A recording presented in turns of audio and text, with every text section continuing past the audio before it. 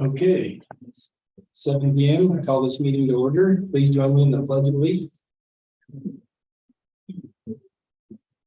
Allegiance to the flag of the United States of America, and to the republic for which it stands, one nation under God, indivisible, with liberty and justice for all.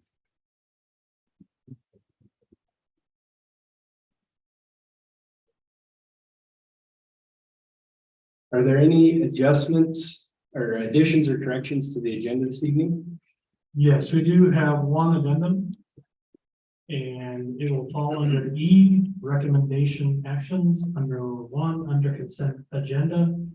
Letter M, approve request for exception to district policy 5147, field trips to allow the Southeast High School FFA range judging team to travel to Ritzville, Washington to compete in the National Western Range Contest. This is not a culminating event. They will travel from Saturday, November 11th through Thursday, November 16th, including overnight stays and out-of-state travel. Okay, thank you. Do I have a motion to adopt the agenda with the added item? So moved. Is there a second? Second. Any discussion? All those in favor of adopting the agenda this evening, please signify by saying aye. Aye. Any opposed? Any abstentions? Item carries.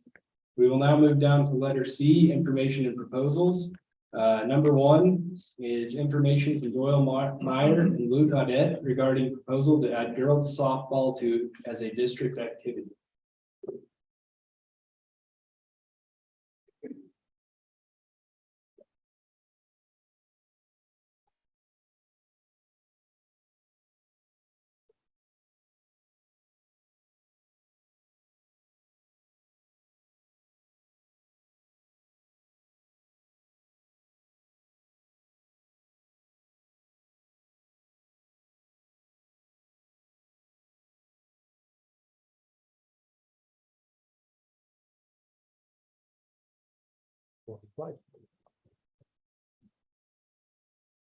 All right. Thank you all. School board. Luke. We're here to propose softball to Goshen County School District. It's a pretty grassroots movement to bring softball to Goshen County.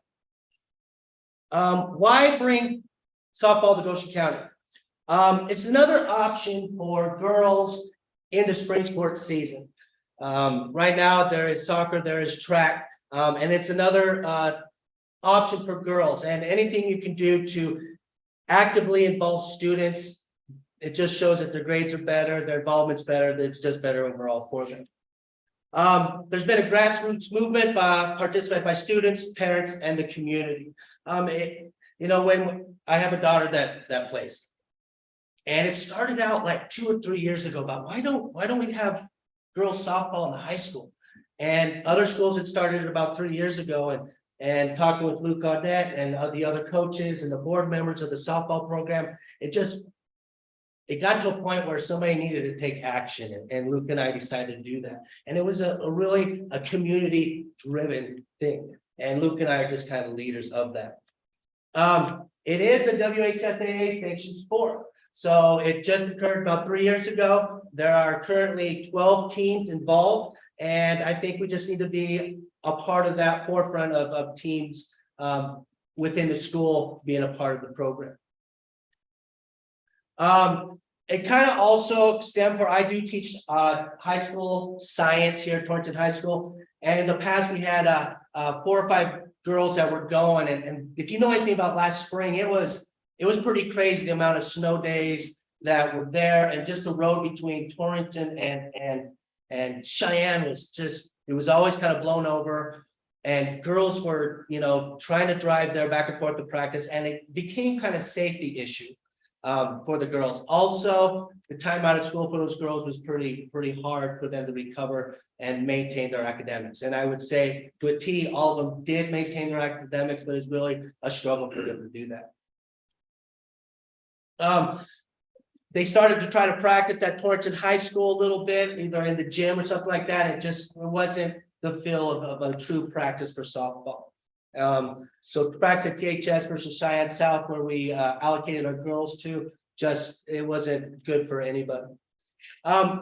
What's kind of cool is we're piggybacking on success that's already been established. Okay, for years, going back 13, 14, 15 years, there was the Torrington Tornadoes or Twisters, sorry, for those of you that were part of that, sorry. The Twisters, and they were state champions, and they were always in the hunt. In fact, we have a new administrator who always was frustrated when they had to play the Torrington team because it was tough to beat. And then for the past 5 years, there's been multiple state champions, multiple runner-ups in the state, and a very successful program. And that's a lot for the board members and the parents that are supporting these girls.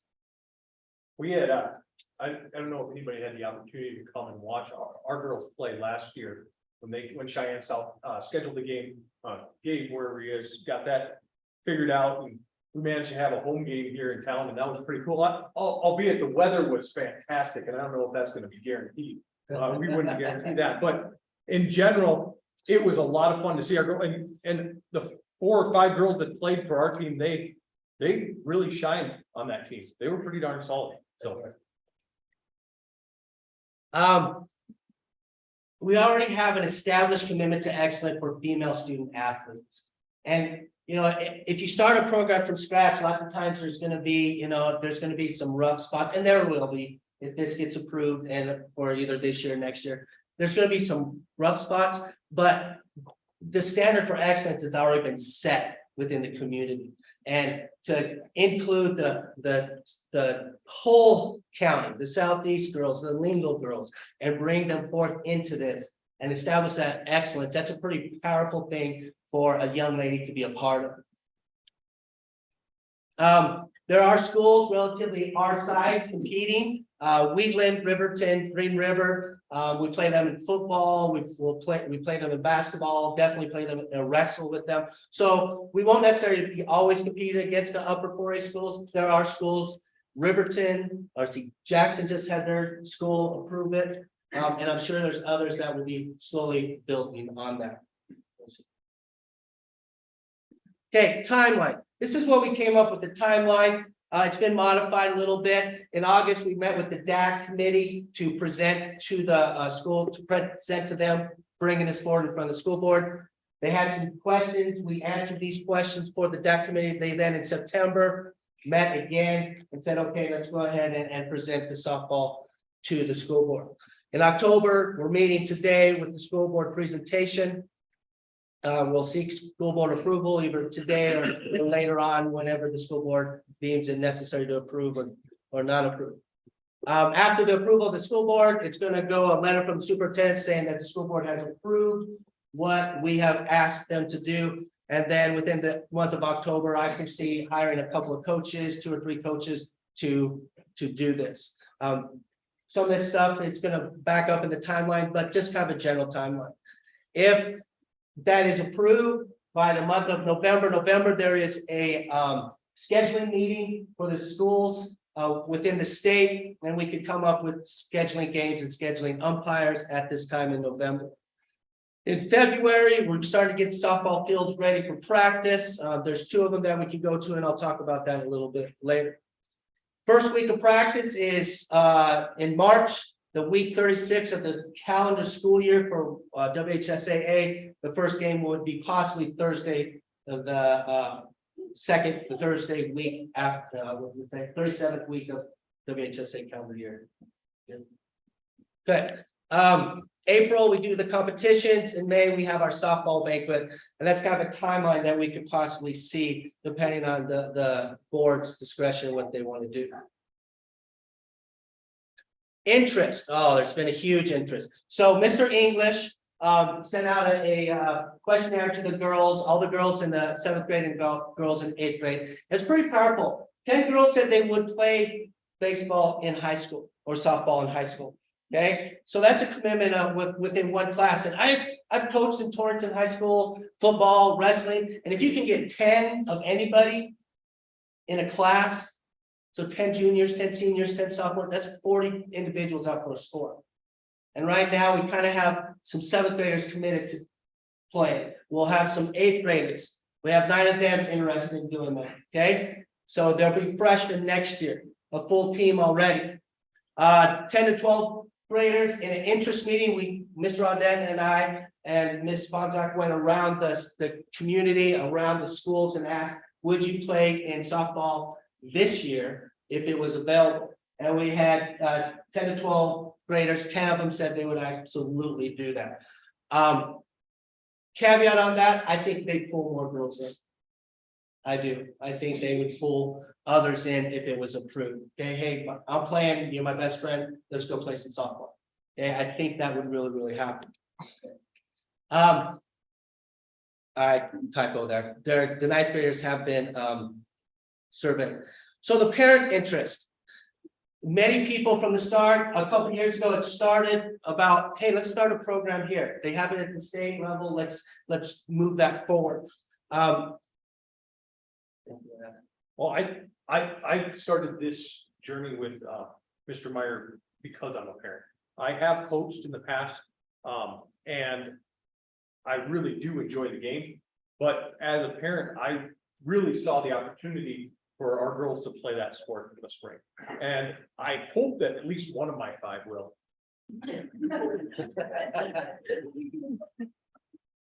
Okay, interest more. This is numbers from our softball board that are currently, running the program in terms of Goshen County softball through the Thunder. In 2021, there were 45 girls. There were in the 14U, there were 12 girls, in the 12U, 17 girls, and in the 10U, 16 girls. Okay, so every 2 years, you're getting about 32, 33 girls coming through the program. Granted, they're not all going to do softball, but even if you get a percentage of them, you still got a solid team that have experience coming up through to maintain that excellence in that activity for a girl to participate. And when we learned, what I've learned, I coached the 12U girls this last year. And what I learned about the parents in the community that are supporting softball is that both the board and the parents really supported the teams. It was pretty amazing to have those groups be so willing to come out and help at just any time we ask for them. I think they got a new concession stand down at the main field. They've done some really amazing things already with the girls that we have playing now. So. In 2022, the number of girls jumped to 46. In 2023, the girls took a skyrocket then into 66 girls. And if you were a part of the Facebook push to come out and just show your skills the other day at practice, I don't know the numbers there. Miss Wonder will tell, I'm sure, say those, but those girls all over the place playing softball on a Sunday afternoon. It was pretty awesome. And then just some pictures of past state champions and past placers in state of those teams. Tight-knit community, tight-knit bunch of young ladies. Okay, field space. So there's questions about field space and what that's going to be about. West of the bus garage, there is a field that was put up. Mr. Bartlett and I went out there, and it will be regulation once we kind of get everything up to snuff in terms of a fence, and that's about the only thing really that needs to be regulation. It's in great shape. It really is. Fantastic dugouts. When we've gone to other places, the dugouts are really good. Bad thing, there's no close bathrooms like right next door, no lights, no scoreboard. That would be a great practice facility. Okay. The second place that we can practice is where they've grown up playing softball at. Okay, and that's in the city field, and talking with Mr. Dennis Estes, who is the city manager, he's on board with this. Okay, he's wanting to go ahead and move this forward. It's a great location for the community to view games. It does have lights. It's in really good shape. It does have a bathroom close by, a concession stand, which is cool. It is currently being used by young teams, local teams, so it's already ready to go. Now, is it amazingly awesome, immaculate? No. But if we're participating in it and the community gets behind it, it'll be something that we can showcase definitely, not only for Torrington High School, but for Goshen County and the city of Torrington, I think. Okay, equipment, bam, I'm just gonna hit you with it all. This is what we need to kind of start. What's kind of crazy is a lot of these the girls already have. The softball board the Thunder board have already said that we can borrow not what we need to, but what they have available for us to use. So this is kind of a wish list from a coach's perspective of what we like if we wanted to start with it. Personnel, as you need to know, we'd have to have a head coach, ideally 2 assistants. I've been in the district long enough as a coach. It's a pipe dream, but I'm wishing for it. Okay. But if the numbers are 36, 37, 38, you get 40 girls out, that constitutes another coach. Umpires for sure, timer and scorekeeper. Okay, hey parent, can you kind of do that? And then field maintenance, we'll have to ask Lonnie and Carol if they could help out, and those are the Torrington High School maintenance people. Okay. Equipment list and the budget. I sent that to Ms. Cates already and Mr. Kramer. They kind of have that in there. If you want to get into the exact figures, please ask me at a later time. I'll let you guys look at this a little bit later. Thank you. It's kind of like drinking from a fire hose, a lot of information right away. Are there any questions for Luke or I at this time? Mr. Martin will also be presenting a piece during the action portion of the board agenda. And so this will come up and he will present some information regarding some more details about the cost in the field. But if you do have questions for Mr. Myers, Mr. Ahmed, please feel free to ask those at this time. I would also like to make a comment. Thank you again. There's monies available for those that go on. And currently, I think I know of at least 2 girls that have gone on and gotten scholarships to play at other places to continue the sport and to earn college scholarships for them. So there is opportunity for the girls past this to excel. And that's my message.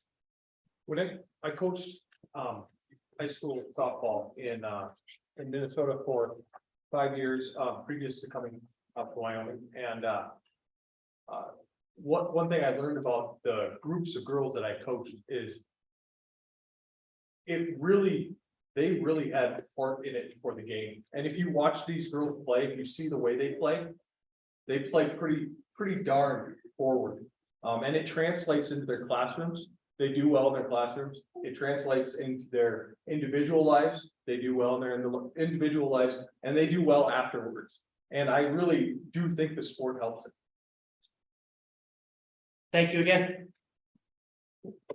So I do have a couple of questions. Yes. So how many game schedules are you looking at possibly? Okay, so I think there can be 25 games total. Is it 18 in a tournament? I think that can be scheduled possibly. I don't know if they get to that. I don't know the specifics of it, but it's up there into that realm. And I think most of them, they can correct me if I'm wrong, but most of them were in doubleheader format. Yeah, most of them were in doubleheader format. So it reduces that travel. Okay, and that was my question is in the budget, do you have transportation? I do not have transportation within the budget. My understanding of that is, I'll let Marcy understand what the transportation part of it. I have a different view. I don't know exactly. So thank you for that question. Being that it is a school, it would be a school sanctioned event. that would be covered under the direct funding model in regards to transportation, which are for the first proposed.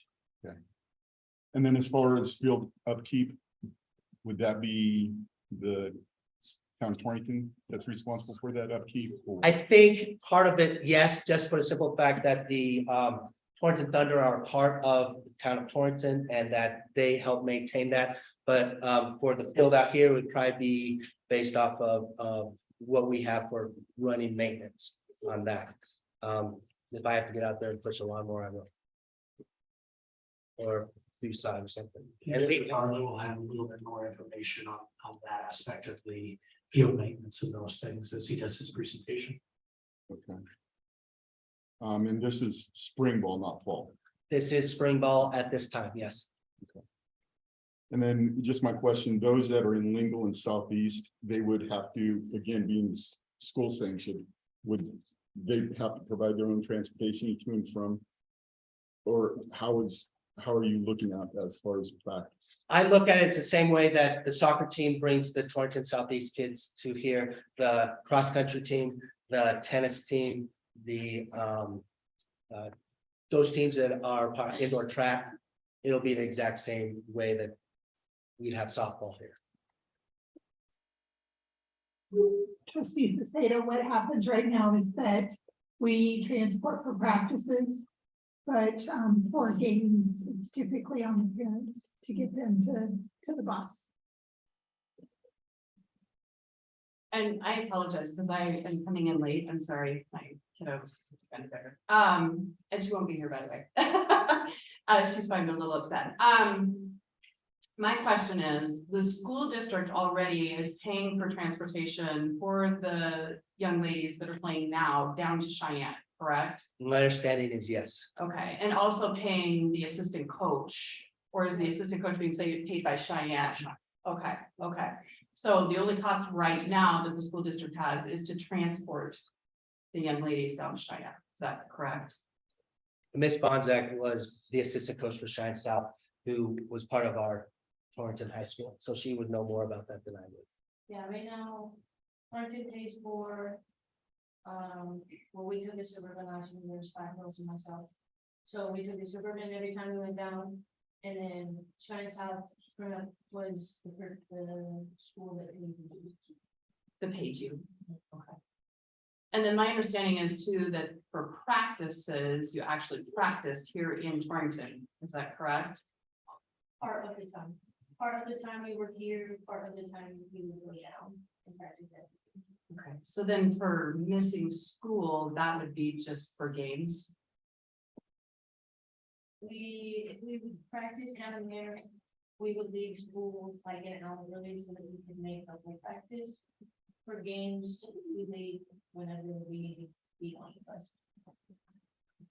And has anyone discussed the field plan if you were not to use the school district's property?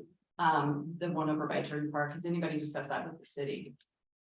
Yes, we have, and I think Mr. Bartlett's got more about that because he had a conversation with Mr. Estes. I have had an offhand conversation with Mr. Estes, not a formal one, but yes, we have. And then you and I spoke the other night about it. Yes, ma'am. Because I told you, we're a baseball family, so you don't have to sell me on that. Absolutely. And get all that. But you are confident that the numbers are sustainable for more than like a year or two? Oh, right? Program absolutely. to be adopted. Absolutely. I think the first year, the numbers will be relatively, 10 to 12, where you can field the team. But then after that, I think it's just gonna blossom into something that's pretty awesome. We had to average at the last school I coached at, we had to average of approximately 3 girls per grade to field the team. And we are probably at least twice that with interest. So Correct. one of the cons that I've heard is that it would be pulling from track, or it would be pulling from what other sports are played in the spring. Do you anticipate that if we were to push the program through, that you would actually be tapping into kiddos that don't go out for those sports and are more interested in softball? I think part of it's that, and Yeah. part of it is I would really want in my school for the girls to play and get the opportunity to play the sports they want to play. Sure. So of those kids that were asked, the 7th, 8th graders that were asked, was it asked of them if they play a sport now Because right now. Absolutely. So on the survey itself, it asked, and if Mr. English is here, he can furthermore talk about this, and it was on there that here's your options for the spring sports season and what would you choose? And I went through a stack of about 60 girls, 50 girls in one grade, 50 girls in the other. And there were people who wanted to play soccer, there were girls who wanted to do track, and then there were girls that wanted to do softball. So it wasn't that we just only gave them softball or nothing else. They had an option of all the spring sports in high school. Which one would you want to play right now?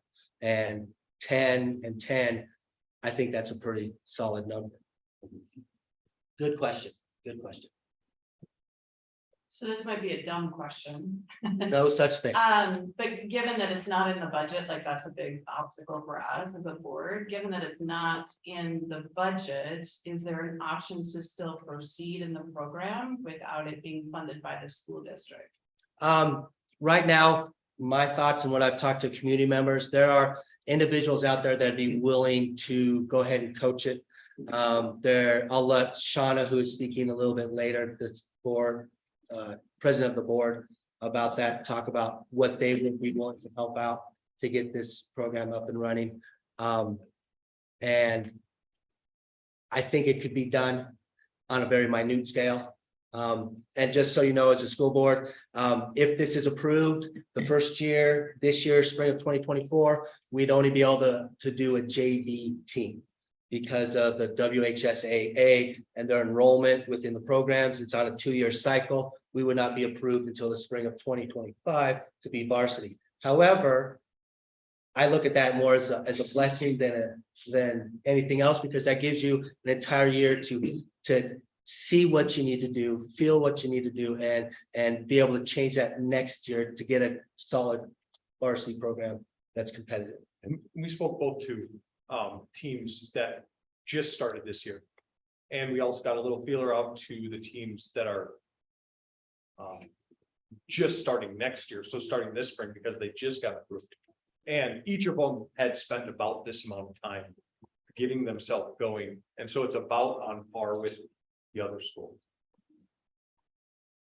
Thank you. Good question. Thanks again. Thank you. Okay, we will move to number 2, reports from the student representatives to the board. Mason. Okay, so this week or this month, sorry, we were asked to kind of speak about kind of the application process to be a student rep and just kind of how that goes down. And so after looking at the whatever you call it, Mr. Crane, the policy. After looking at that, I agree with everything in there. And then we kind of discussed if it's too much or, kind of why the reason we didn't get a lot of applicants. And as you can see, there's not a Torrington representative. And so I think the main thing we can do is, I think the policy is fine and that everything in there is good. So that that they want to be a student rep and they're here for the right reasons.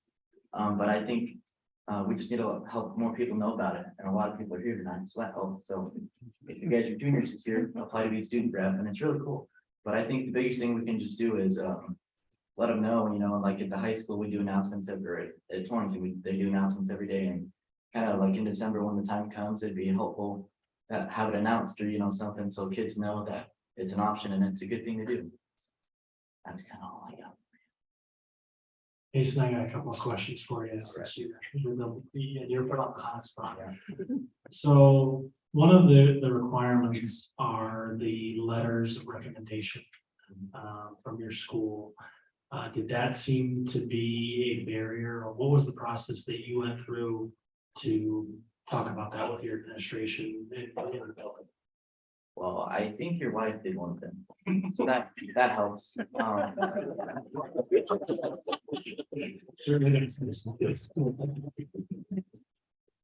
But I don't know. It's probably scary for some of the other kids to have to go and ask an adult to write them a letter to the board, but I don't know. I think it's okay, personally. And then there were some other resume things. did you feel that there was any, have you had practice at that in the past and doing some type of application now? 0. Was there any, did you feel there any benefit to that for future things that you wanna do? Do you see that? Yeah, as a 'cause possibility? You kind of already started the resume, so whatever, you can just kind of add on to it. And I'm sure I've lost mine, but I'm sure I could find it, and then, for whatever else I would need it for, I could just add on. So I think that's very beneficial. Any questions from board members? I know we're trying to increase the number of students that we have interested in this. And this group, they make me laugh every time we get a chance to meet. So I do thoroughly enjoy them and talking about their plans for the future. And I think a lot of the process, as we've looked at the policy together, I think does feed into some of the other things that they want to do. So I think as we look at that, I think we can always say putting too many parameters on things does potentially inhibit kids from applying. I don't necessarily think in this case that is a driving factor due to the numbers. I think it's the time commitment. It is the stepping out of your comfort zone, even though Mason seems very, very comfortable in his role, which I appreciate greatly. Mason, is there anything else that you think to add through that conversation on that process, or anything specifically that you would feel? How do you get your information from the school and things like this? How did you find out, and what really worked to get you interested in actually applying? So originally Ms. Maxey approached me and said, here's this opportunity, and if you're interested, it's kind of cool, but it's a little different because our school is so small that, I'm kind of always around my teachers, but something on the bigger schools, maybe just encouraging the kids more, or, something along those lines to push them to do something and get out of their comfort zone, speak in front of a bunch of people. So. Thank you, Mason. Thank you. Okay, we will now move to number 3, school presentation and artwork by Torrington Middle School.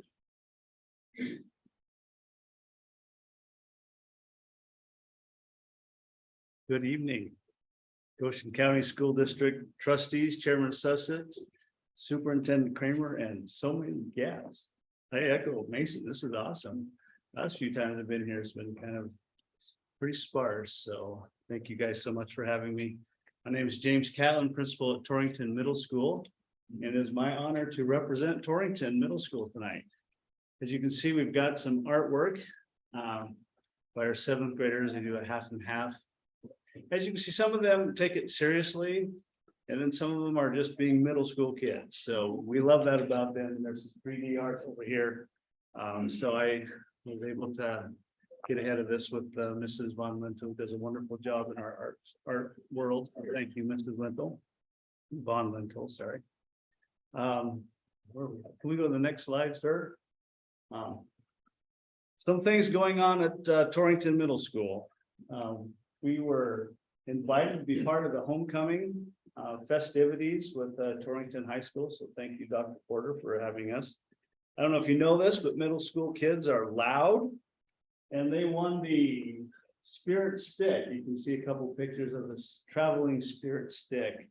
I think we broke some eardrums in that gymnasium that day. So after that, we came back to school and we did some homecoming Olympics, mostly because we didn't really want to try to teach anything after all those festivities. So we did things like cornhole and tug of war.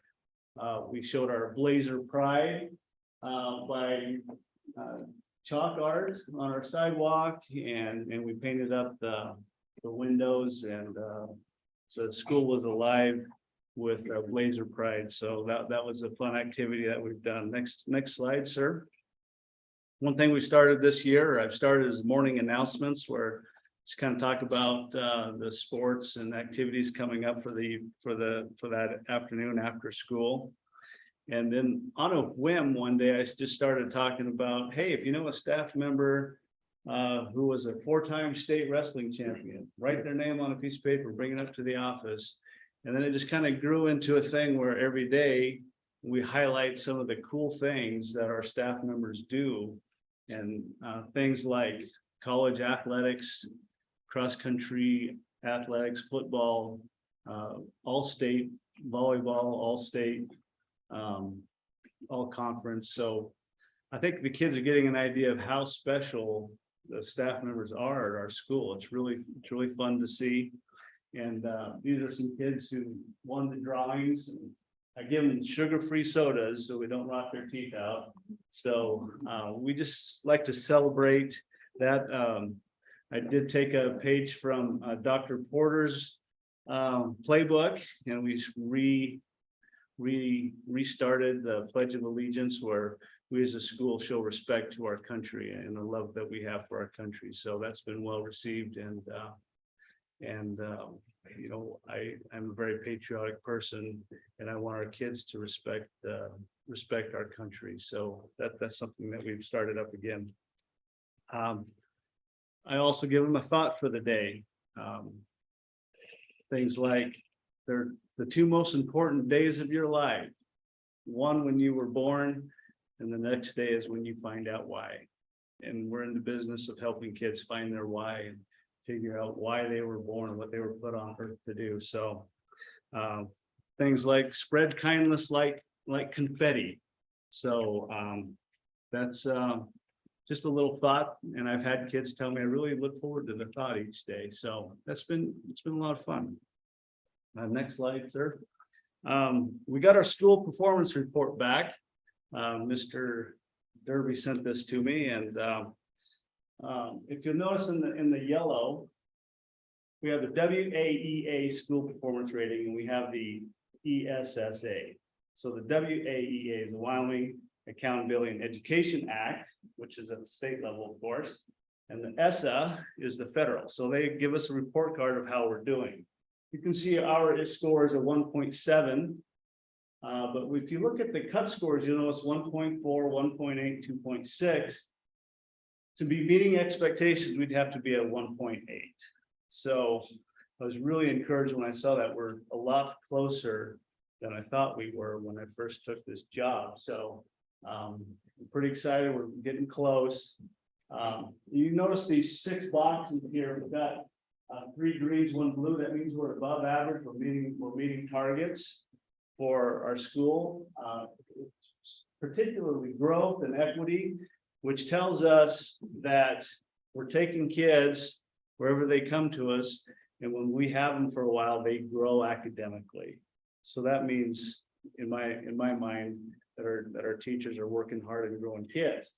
The equity is a score that the state looks at the bottom 25% of performers, and they see if they're growing as well. So we're meeting expectations there. We've got work to do. As you can see in achievement, it says 44 for the state level, and we're at 45.6 for the federal level. We got to get to a 47.7 for the ESSA, and we've got to get to a 51 for the state level. So what that means to me in my mind, we've got to up our rigor a little bit. I was talking with Mr. Derby about this. If we up our rigor and we expect more from our students and ask them to do a little more work than maybe they're used to. I've been really impressed with every parent I've called, and with discipline issues. I haven't had any parent that was upset when I told them that I was going to have to put their kid in detention. They were upset at their child, not at me, thankfully. So that's been really nice to have that kind of support. And I think when we up the rigor, we're going to ask more of our students. One of the things going through my mind is that writing is thinking. We often talk in schools about we're trying to help kids learn how to think. Well, in order to do that, they're going to need to write. And by writing, your brain just works in a different way altogether. So that's where we're at with our school performance. The next slide, school improvement plan. So my building leadership team and I came up with 2 goals. One is behavioral and one is academic. So I talked to Mr. Kramer this summer. I said, what's a win look like for you, Mr. Kramer, for Torrington Middle School? And there was a survey done with the staff, and discipline was a big issue for our staff members. They want to be able to do their jobs. Imagine that. So, Mr. Josh Jackson has this, he's an incredible human being. But, he's developed this Google form, that we can, figure out which kids, have discipline issues. So the teachers will go in and type in a discipline issue. If it's yellow, if you go to the next slide for me, sir. If it's yellow, the teacher will deal with that. If it's red, that's an administrative issue. Mr. Jackson, like a computer whiz, I can just come in here and drop down. I can set a phone call, I discuss with the parent. What was the student processing, the consequence issue, and then over here, email teachers, and I'm able to click that button. And they know, and the email goes automatically to teachers. So we close that communication gap, so they know what happened at the administrative level as well. So that's been a real blessing. If you go back to the teaching, can you go back one, Mike? Our academic goal is teaching strategies. We're looking at high yield teaching strategies.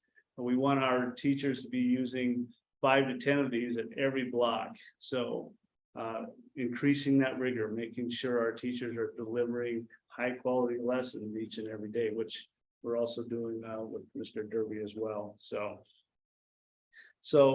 we're going to monitor, we're going to use a program called Instructional Rounds. It's not a program, it's just a concept that's been around in education for a while, where teachers and administrators walk around and we just look to see if some high yield instructional strategies are being used. For example, learning targets. Learning targets should drive your formative assessments, which should drive your exit tickets. So those are the type of things that we're going to look for. In education, we're very notorious for being collectors of data. We don't want to just collect data, though. We want to turn that data into information that we can use. So a lot of what we're planning on doing is pulling out this data and presenting it to the staff on a regular basis in form of communication, so that they know what we're doing, we know what they're doing, we're all on the same page and moving forward. So could you go 2 slides now? Yes, this one.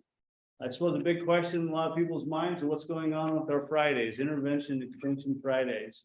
Again, going back to the brilliant Josh Jackson flex document, our teachers are able to put in an I or an E, and this system will generate email messages to parents inviting students to come to intervention extension Fridays.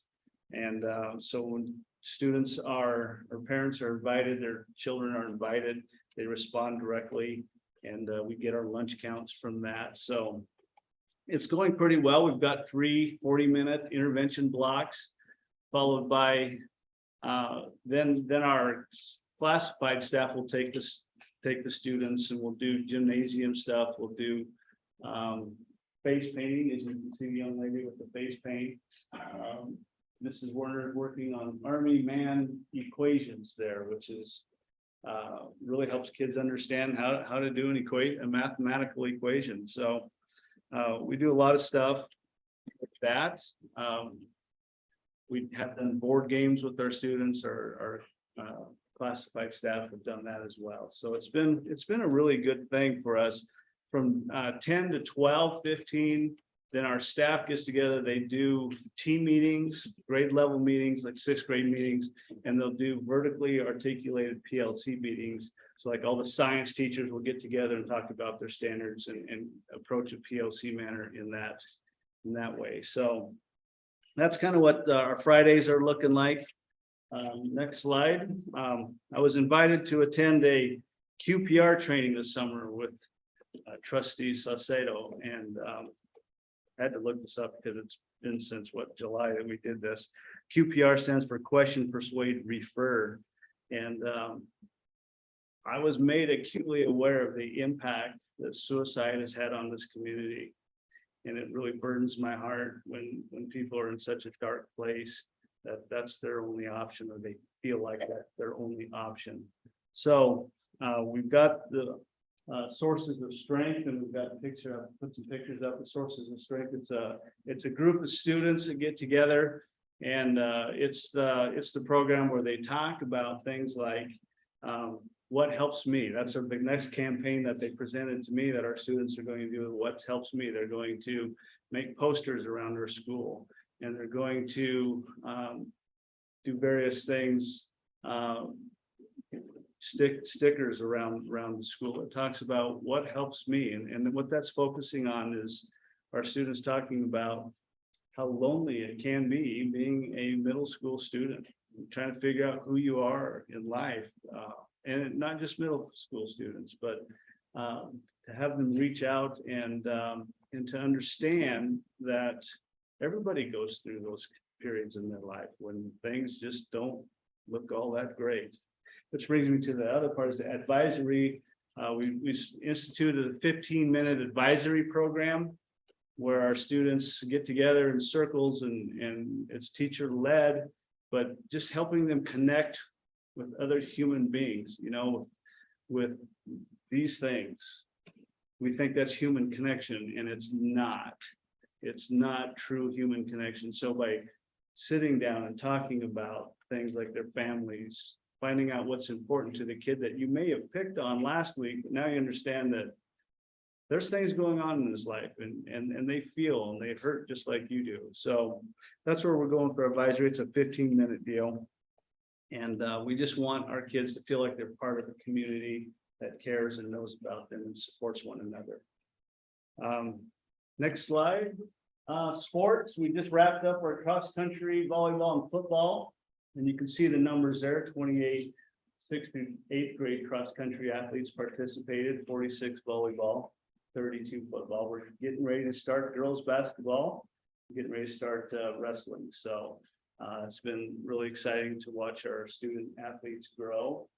And I was thinking this week's going to be really rough because sports ended, and everybody's going to be flying off the wall. And the calmest 2 days we've had since school started. So I'm kind of waiting for the other shoe to drop. But one more slide. I guess I got one more after this. But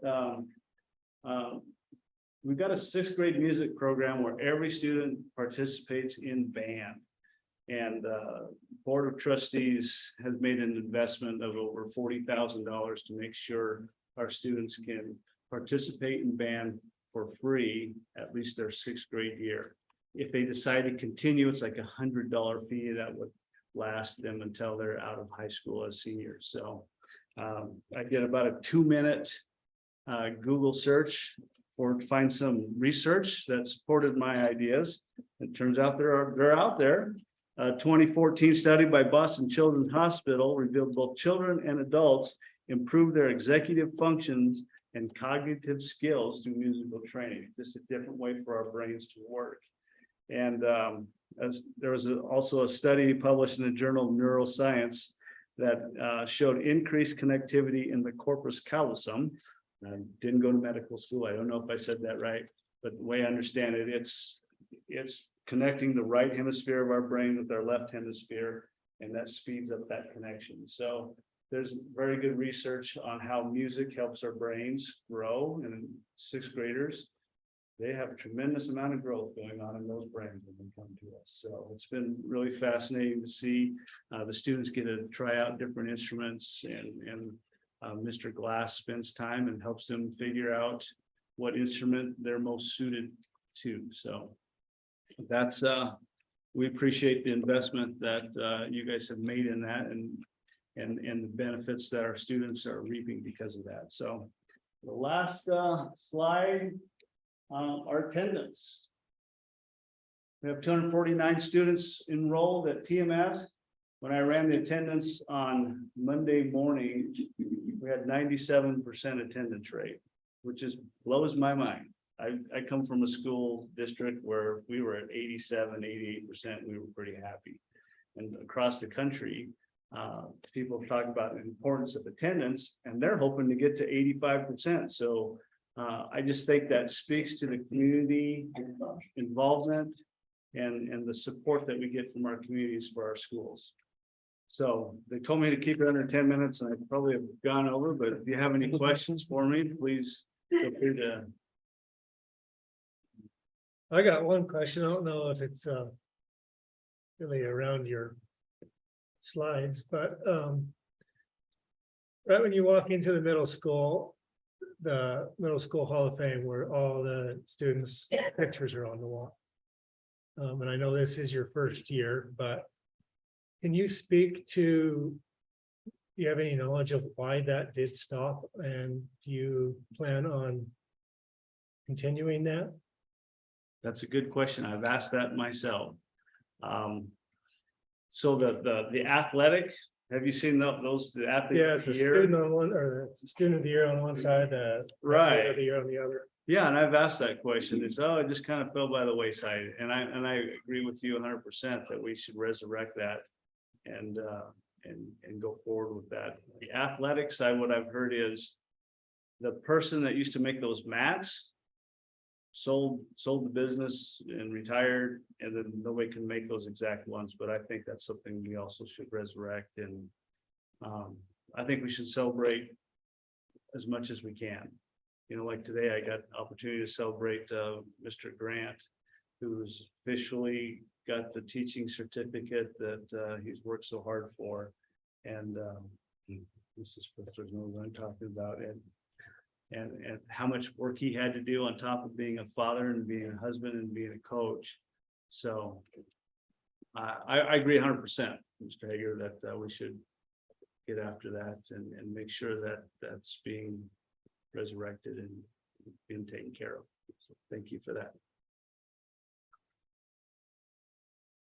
I'm curious as to with the 4-day school week now, how are your participation numbers on the Fridays? Like, are you having good numbers, you having kids participate? Like, how's that looking for TMS?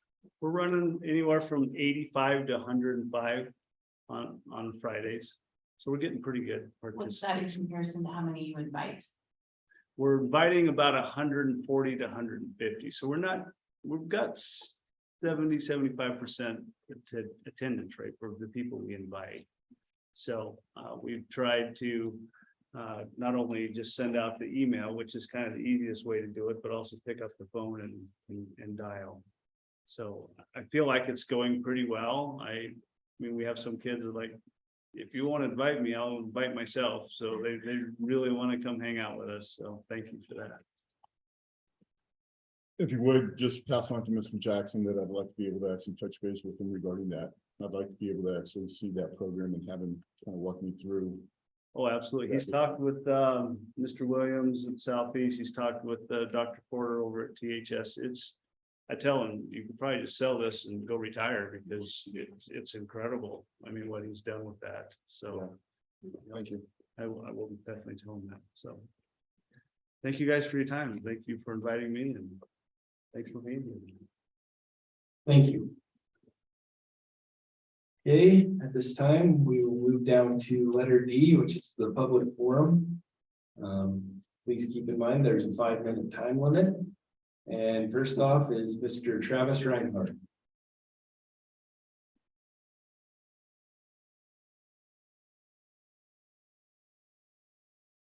Good evening, everybody. Thank you for allowing me the opportunity to speak tonight. I was kind of hoping to go last because I know lots of other people are here to talk to. So I'm actually here to touch on the softball presentation that Mr. Meyer and Mr. Audette did. I've been in Goshen County, almost my entire life. I've been coaching either baseball or softball for about 26 years. The last 11 coaching softball, and I can tell you guys that your consideration for instituting softball in Goshen County is huge. It's huge for the girls that have shown interest over the course of the summers that I've been a part of this. It provides them with several opportunities that they don't otherwise have through scholarships to college and other things. I know in my coaching time, I've seen about 10 kids that have had an opportunity to get a scholarship to go on and play softball in college somewhere. And so that's a good thing for our kids, especially with the cost of schools these days. And so it's exciting for us to be here today and talk about this. It's exciting for us for Wyoming as a state to actually have girls softball. I know that I think Mr. Meyer mentioned 3 years ago, the state of Wyoming instituted, and we've seen it blossom across the entire state. Some small communities like Wheatland kind of surprised a lot of us, and they've shown some huge interest and put together a team that's pretty competitive. And we've seen other schools that are starting to form now to do the same thing. I'm gonna look at my phone just real quick, because as people were talking, I was writing down notes, and I hope that I don't steal some other thunder from other people. But one of the things that I can tell you guys, we talked about fields, and I know Mr. Bartlett's going to touch on that a little bit. I can also tell you that several years ago, when I worked for the district, we put that parking lot in over by the football field and the bus garage.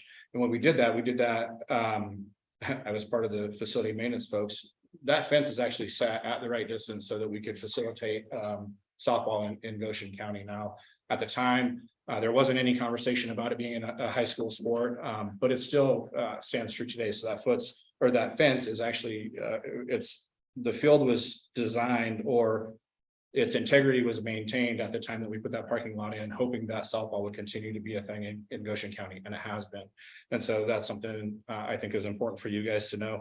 Over the last 11 years, I've been able to coach kids from Southeast. We've got several kids from Lingle now, and then of course a lot of kids from Torrington. The summer organization's even grown such that we've had kids from Scottsbluff and over in the Panhandle of Nebraska come over and play for us.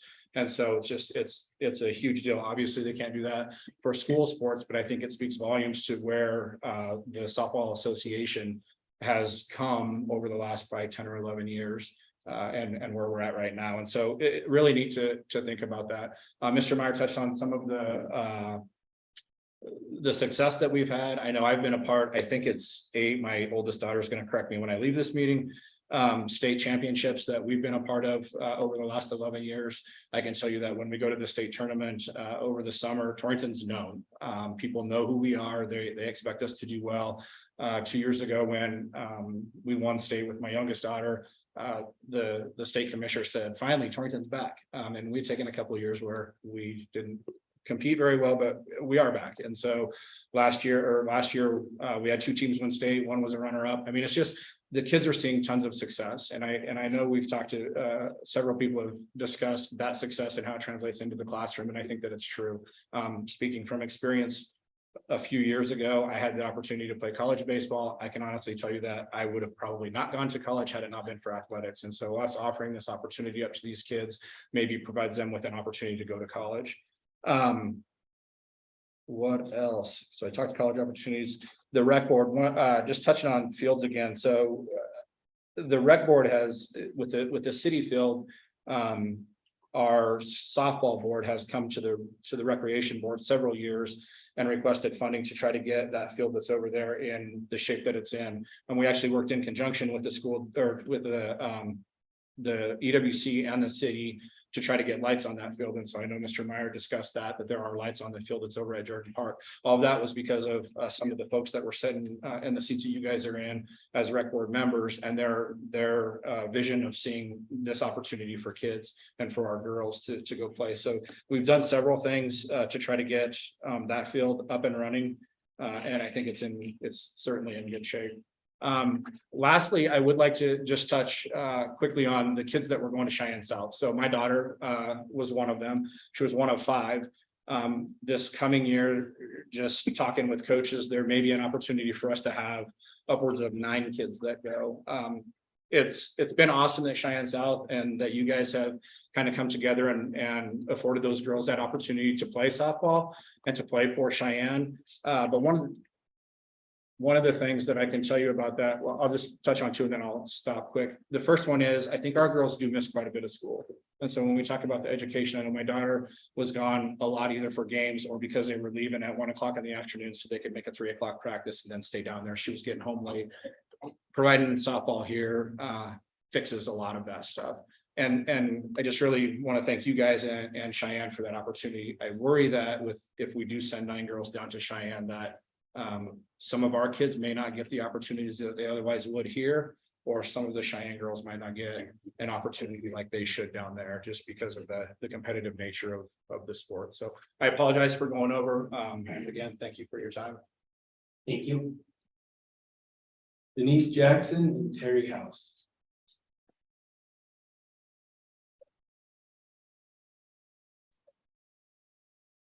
I'm gonna go with what Mason says, right? Get out of your comfort zone. Here I am, Mason. I am Denise Jackson. And I'm Terry House. Superintendent Kramer, Chairman Sussick, and board members, and all in the audience. We are here in support of an item that is on the agenda tonight.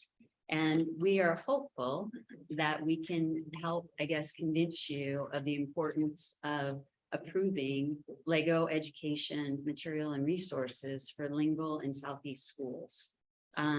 As you know, I mean, Legos are toys, right? They're bricks that we build.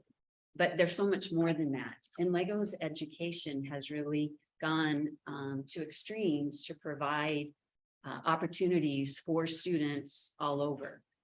There really isn't a competition when you look at the product that they have, as well as the curriculum that supports that.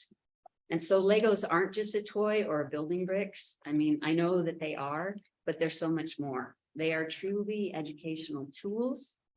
Lego Education has built an amazing product and kits that help students develop their creativity, their imagination, problem solving. I mean, it is so fun to watch even our littles try to figure out how to put simple kits together, okay? And it's not just the simple kits. They have all age ranges, very complicated type of kits. So it teaches critical thinking, collaboration, where you have a student that knows how to read the directions and a student that just knows how to put it together. And you know what? They work together and they help each other figure that out, that's what it takes. There's independent learning as well as that team building. There's coding opportunities and robotics, again, at all age levels. We've been able to do some of the Lego education type activities at our schools with the limited resources that we have. And the kids absolutely love it. And it's one of those things that helps them to feel successful, but yet at the same time realize that they're not mastering it, that there's still that next challenge, right? How they can build it a different way. They're learning while they're having, should I say it? Fun. Yeah, they are. They're having fun. So if you approve this item, it will be endless as far as the possibilities. We'll be able to provide enrichment, not just on Fridays for those kiddos, but throughout the week with discovery centers. We're hoping to maybe look into the Lego clubs that gets fairly competitive with coding and robotics. A lot of our students, I shouldn't say a lot, but we do have quite a few members that are part of 4-H, where they actually already compete at that level, at the state level, and they brought their robots, their cars, and showed us how it works, and it's pretty cool. The other cool thing is this supports our state computer standards, right? And that's important too. But you want the kids to be engaged. You want them to learn and sometimes not realize that they are learning, that they're having fun doing it. Legos Education will also be with us every step of the way. They're going to be providing the training and the resources, the curriculum, lessons to help us build these activities for our students. And I guess what we are asking is if you vote yes, then you will be a part of bringing a unique opportunity, an engaging opportunity to all of our students. And we just appreciate your time and the opportunity to speak. And yay, Mason, I did okay. But Terry, did you want to chime in? I think we're under 5 minutes. Yeah, I just wanted to let you know that Lego Education has a TV show for crying out loud. So that leads you to know that it's not just toys. Those people do a lot of engineering, a lot of problem solving, a lot of other things that are important in today's society. LinkedIn, I read an article on LinkedIn that said 85% of the jobs in 2030 have not even been invented yet. Where are those going to come from? They're going to come from our kids. And we have to give them that opportunity to excel, to create, to collaborate. So I hope that you take that into consideration and vote yes. Thank you. Thank you. Thank you. Sean Wonder.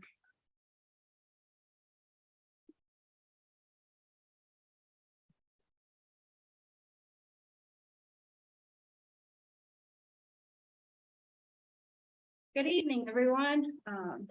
Just want to start by introducing myself. I'm Shauna Victor. I'm a parent of 2 students at LFL. I actually have 3, but 2 of them are daughters. And they are also softball players. I'm also the president of our Torrington Girls Softball Association. We also refer to it as Torrington Thunder. And I'm also a current member of our LFL Booster Club. Just a little history about my love for softball as I played several years when we were little, back when by the bus garage, that was our field. There were 3 fields, and that was something we looked forward to all the time. Something that was kind of discouraging though is once we got to a certain age, about 14, there were some of us that financially just could not afford to travel anymore. And that's kind of where we're at today, where right now all we are offering is traveling, but it's still a form of softball. So for me, if I was able to continue to play softball in our school district, I would have been the first one to sign up. I just want to also mention that I'm super excited for the opportunity that it is now in our school district for you to vote on and hopefully approve. Just as a parent and on behalf of our organization. All of these young ladies you see here are that passionate about the sport.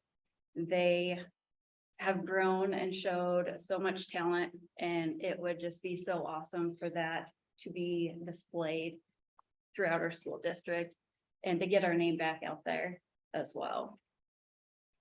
Just another opportunity for these ladies. It would just open their doors so much more for scholarships. Just another chance for them to play that sport they love during the school year and then continue on through the summer. So they're not losing any skill level. They're increasing. They're always playing the sport. Another item is just to show how much we've been working to try and make this part of the community and how we've already built a relationship with the school. I know Marcy and I have worked together. We use the field space over by the bus garage because our program's numbers have grown so much. We don't have enough field space in this town for us to all practice on a Wednesday night. Keeping that in mind, we were super excited about our last tryouts. We weren't sure how that would go. It was kind of a new process for us. We haven't done that in a long time, but that's the trend of how softball's rolling.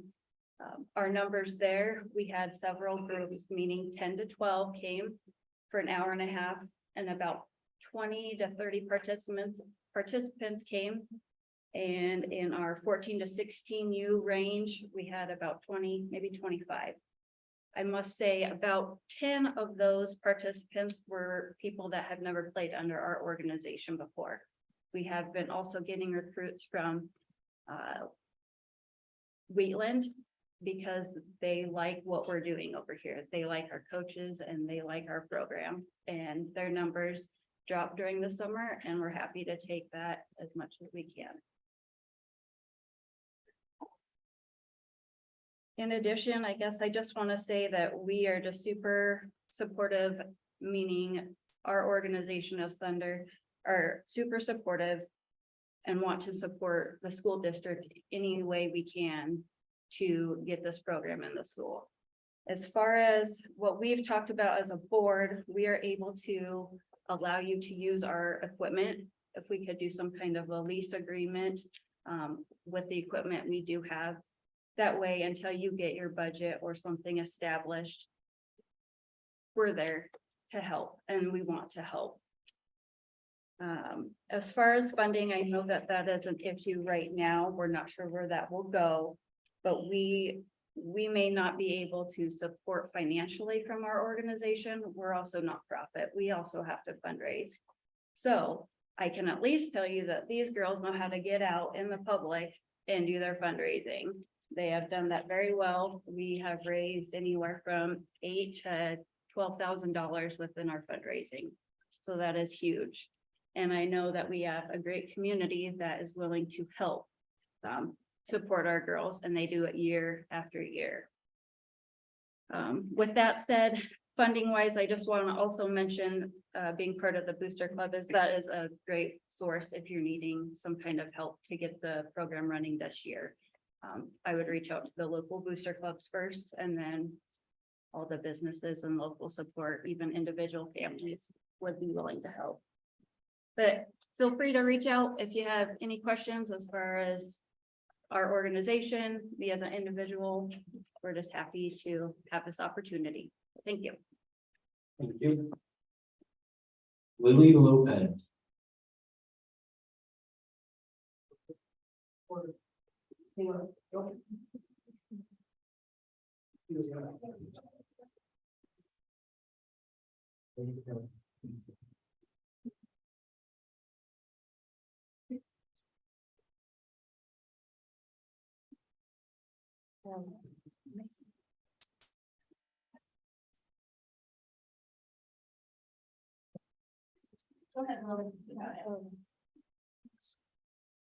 Hello, good evening. My name is Lily Lopez. I'm a fifth grade student at Trail Elementary.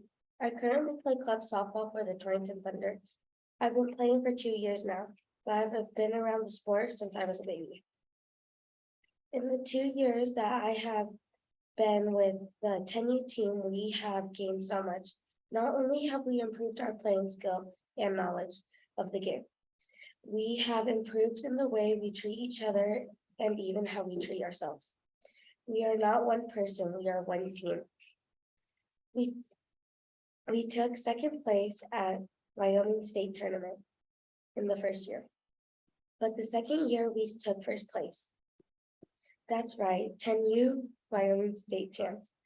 Our records show as a team and league, our coaches are teaching us to grow as people and players. I play other sports too, all which can be played in high school except for softball. I feel softball would be a good option in high school because there are many students not in a spring sport.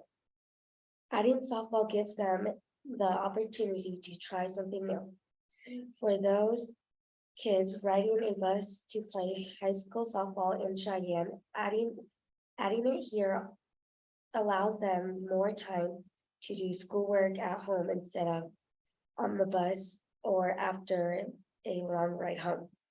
High school softball will also help those who want to play at the college by allowing more time to work on their skills instead of losing time and energy in the travel.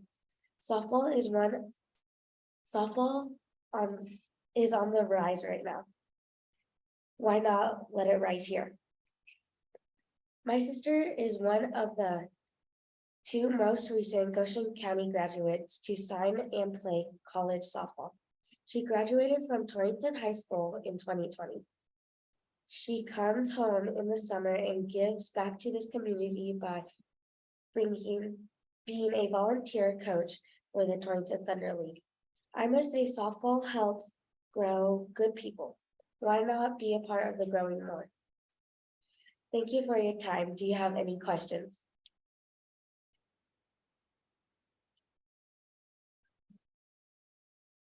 Thank you very much. You did a great job.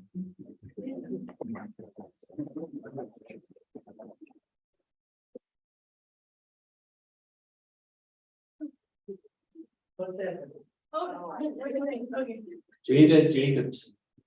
I hope I pronounced her name.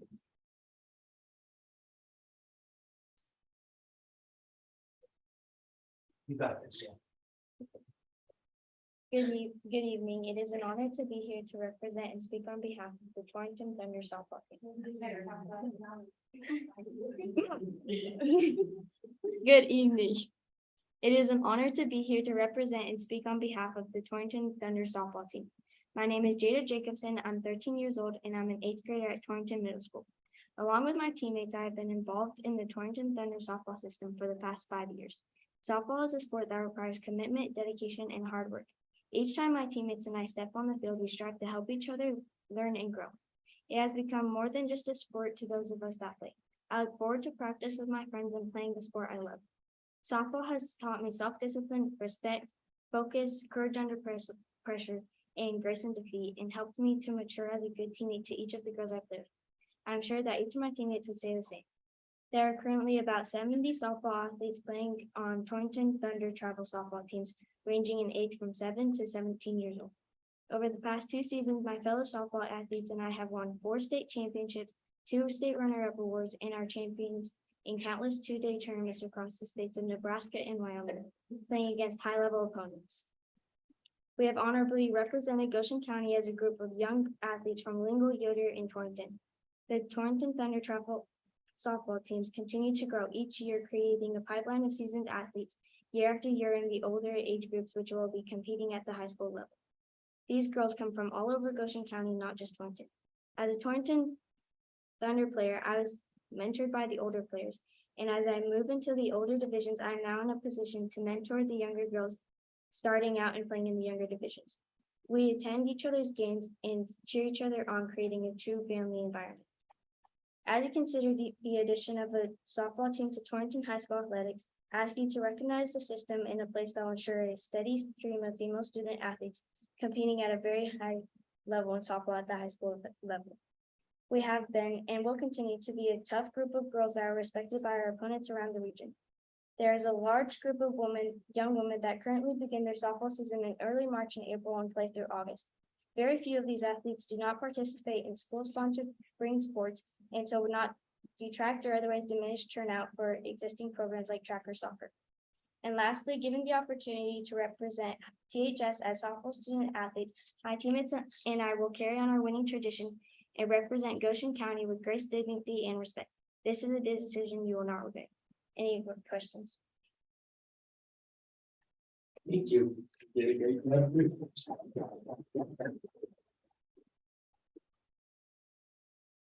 Hope Hager.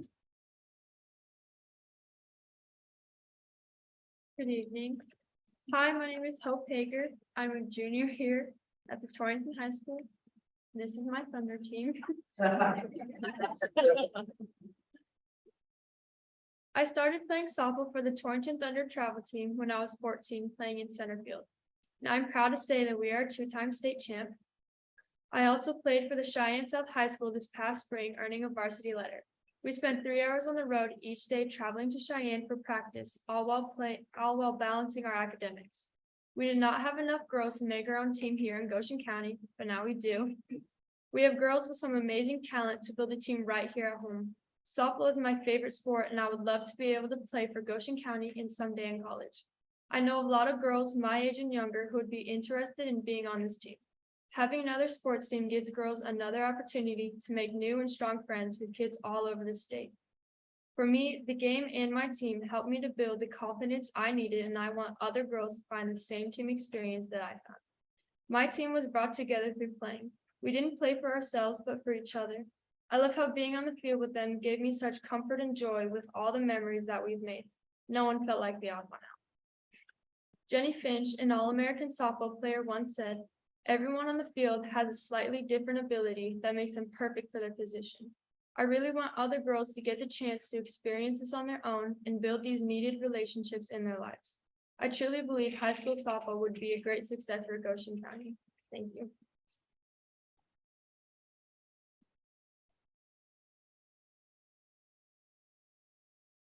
Thank you.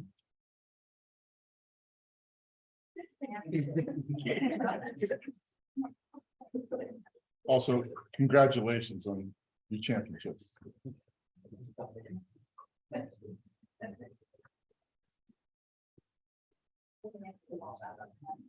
Okay. At this time, we will move down to letter E, recommended actions. And number 1 is the consent agenda. Are there any items in the consent agenda that any member wishes to pull?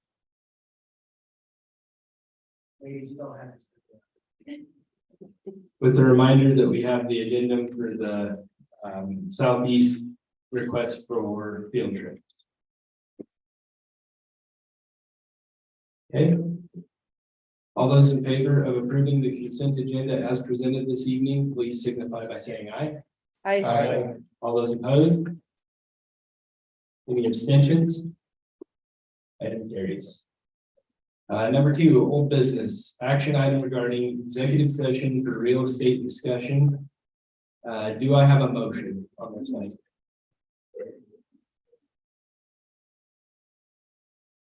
I make a motion to accept the loan bid received for the sale of the 12 lots in LaGrange, contingent upon the School Facilities Commission approving the disposition at their November meeting. The bid received was the amount of $69,500 from the town of LaGrange. Also, if accepted, approve the superintendent to negotiate contract documents through the local title company. Okay, I have a motion. Is there a second? Second. Any discussion? Okay, all those in favor of accepting the bid received for the sale of 12 lots in LaGrange, contingent upon School Facilities Commission approving the disposition of their November meeting in the amount of $69,500 from the town of LaGrange, please signify by saying aye. Aye. All those opposed? Any abstentions? Aye. Item carries. Okay. And also I need to acknowledge that there were no formal bids received for the removal of the Little House. The board reserves the right to consider any future offers, knowing that no bids satisfied the initial request for bids. Letter B, consider approval of renaming the Goshen County School District #1 tennis courts. The recommendation is to approve renaming the Goshen County School District #1 tennis courts to the Mary Perkins Tennis Courts. Do I have a motion?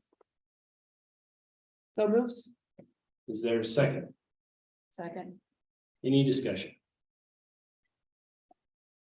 If I may, this conversation actually was being had before her passing, if I understand correctly. Correct, yes. This was, a lot of the conversation took place this spring, before Mary's passing, the summer. But yes, there was the intent based on, as you could see through the application process, what she had done for the tennis program, as coach and supporter and all of those things within the community, overwhelming support from the committee to move forward with this recommendation. Thank you.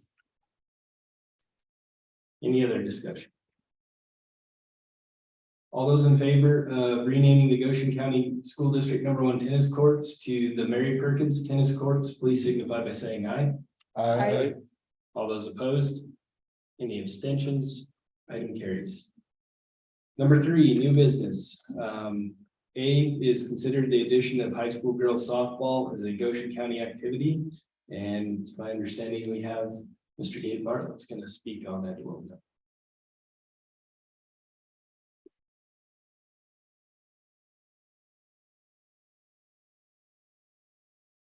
Thank you.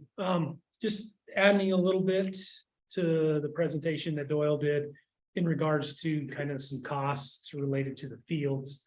There was a question that came up about maybe the conditions of the field and if they're playable. So I reached out to Dennis and kind of asked him some basic questions from anywhere from what kind of our role is in you know, like a renting the fields to the size of the fields. And then I brought up the conditions of the field. I can tell it was probably on the back burner at that time because it's in, you know, end of September, middle of October, but he went and actually went out and measured the fields for us, took a look at them, kind of came back with some answers to that. The fields themselves meet WHSAA regulations, no problems there. So we don't have to worry about that. He is in the process, and again, I don't think he was thinking about it quite yet. I think this is probably more of a spring thing for him, but improving the field conditions themselves. He has discussed it with who he needs to discuss it with, and he just didn't have a cost for me at the time, and then he was going to go on vacation. So he did roughly say that it would probably be below 5,000 to get the fields in condition that he wants them in, and that as the high school we'd want them in. He is working with a construction company to figure out the logistics and all that. And so in speaking with him about it, in lieu of paying rent or facilities use or something like that, he said maybe we could work something out where the town of Torrington and Goshen County could maybe help each other out to make the field improvements. So that was kind of the big thing with that. Again, probably no more than 5,000 total, what that cost would look between Torrington or Goshen County schools and the city and all that. With that, we could also reach out to the rec board and all that. So there's some options there that we can do to make this field playable. And it's not really that bad. It just needs new dirt, kind of level it out. There is a lip. There's some issues with the grass in the outfield, but that has nothing to do with, that's more of how many people use that field other than the softball girls that are out on it. So, but he is aware of it and can fix that. So nothing major. Probably the biggest thing though, is there is no scoreboard. That one, he did not give me a cost on. I don't even think he's looked at it. I don't know. We can play softball without it. We played there last spring and it was fine. Now down the road, is that something we'd look into? Absolutely, if we're gonna have a top-notch softball program, which we all want.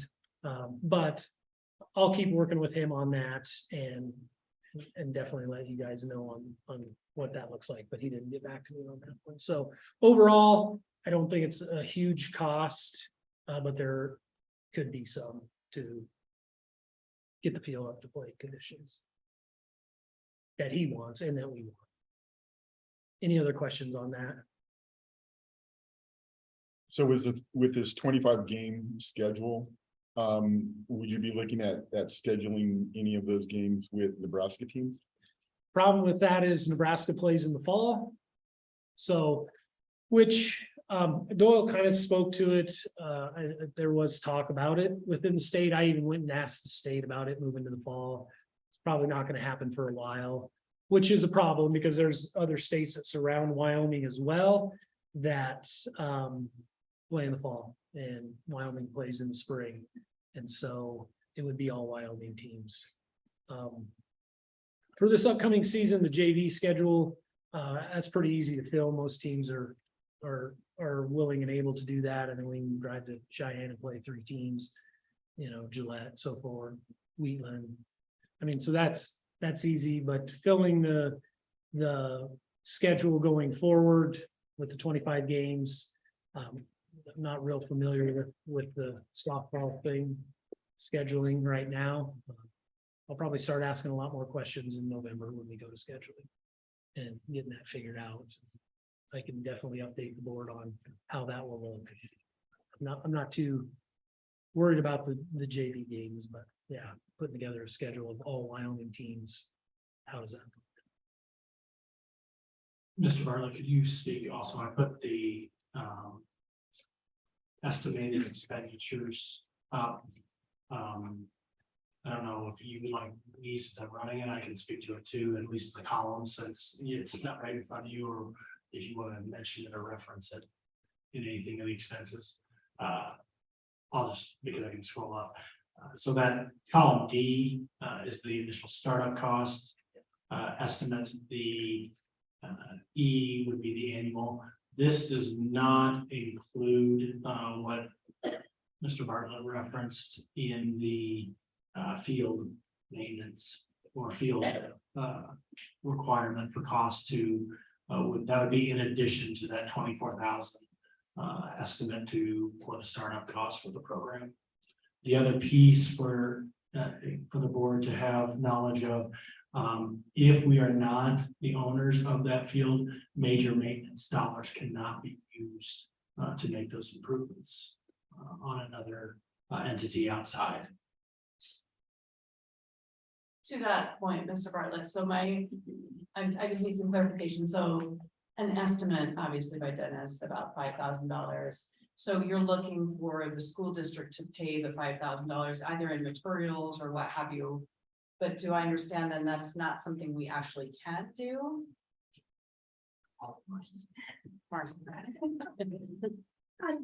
When we talk about major maintenance, that would be using district funds in the major maintenance category for things such as the scoreboard. And the last scoreboard we put in was in the neighborhood of about $10,000, that being the actual scoreboard and the install. What can happen, and I can't come forward with the request, but a request could be made to the rec board on behalf of the softball entity to request funding of the rec board for those improvements being needed on the field. But we can't use the major maintenance funds that we receive from the school facilities department for any sort of funding of projects on the field that's owned by the city. We could on the practice field over by transportation.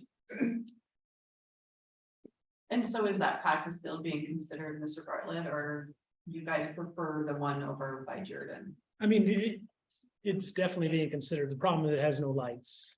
Yeah. And so most of our games, I mean, we're not gonna play them on school days, you know, during the day, stuff like that, and scheduling 25 games going to Mr. Ciceto's question, it would be tough. So most of our games are gonna be later in the evening, so on and so forth. I mean, down the road, that would be awesome to build or put up lights and have that field just, you know, like the rest of our facilities in the county. Do you rent that field now from the city? We don't, we've only played one game, so I basically got involved with Mr. Meyer and Mr. Audette last year when we got this whole thing going, set up at the city field. And that was just a phone call to Mr. Esses, and he just basically let us use it that time. I don't, if we could figure out some way to help him, I don't think he would charge us for it. And I think they would maintain it year to year. How does that look? We didn't get that far into the conversation. So. I only share your pain because we struggle with that with baseball. Yeah. As well. The fields are a huge maintenance piece for the city. Yeah. And our soccer, the rec soccer is Sure. same deal. Sure. As they are using our facility. Yes. This fall. So. Mr. Bartlett, could you speak also to the specifics of the proposal and the uniqueness of the junior varsity and the plan for current seniors that have been participating with Cheyenne South and why that's a unique situation? So our seniors have played for South for a number of years. And so when we brought this proposal together, there was some questions from some seniors about, because it's a JV season and that's all it would be, their senior season, they would still like to play with South. So I went to Mr. Wilson, the head of WHSAA, and asked him if that would, if we could still have a team in Torrington, but then still co-op for our seniors to finish out their career, have the opportunity and play, because we're not gonna be able to play for any postseason or anything as on the JV level. For these seniors to play for South. And he approved that. He said that would be fine. So I think we have a handful of them that will probably still play for South. But for the rest, juniors on down, they would be on our team. So, but it's kind of a nice reward for them, and they want to play for South. They want to finish their high school career with South.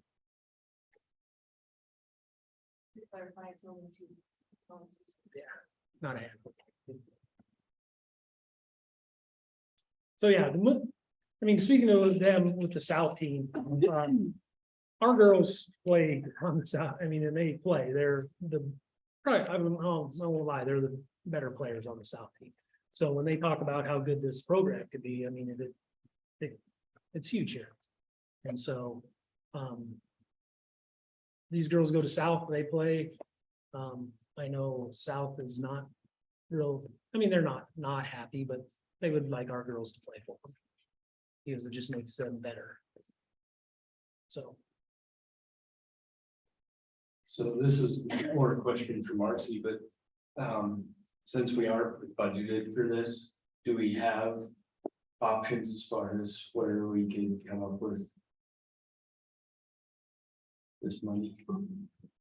Well, what you have right now is the fact that a budget was approved and the budget was approved without this expenditure in it. when we do the budget and when we look at the budget each year, we do have the cash reserves available, and there's the potential that you could be spending into the cash reserves to fund this. Thank you. I just want some clarification on that, so. Any other questions? Could the rec board be utilized for the startup costs as well, or just the scoreboard? Well, I can't speak to the rec board, what, So could it potentially be applied for? anything can come before the rec board. You have 3 members on this board that sit on the rec board, and then two community members at large. Would that be a conflict for board members that sit on the rec board to approve something like this?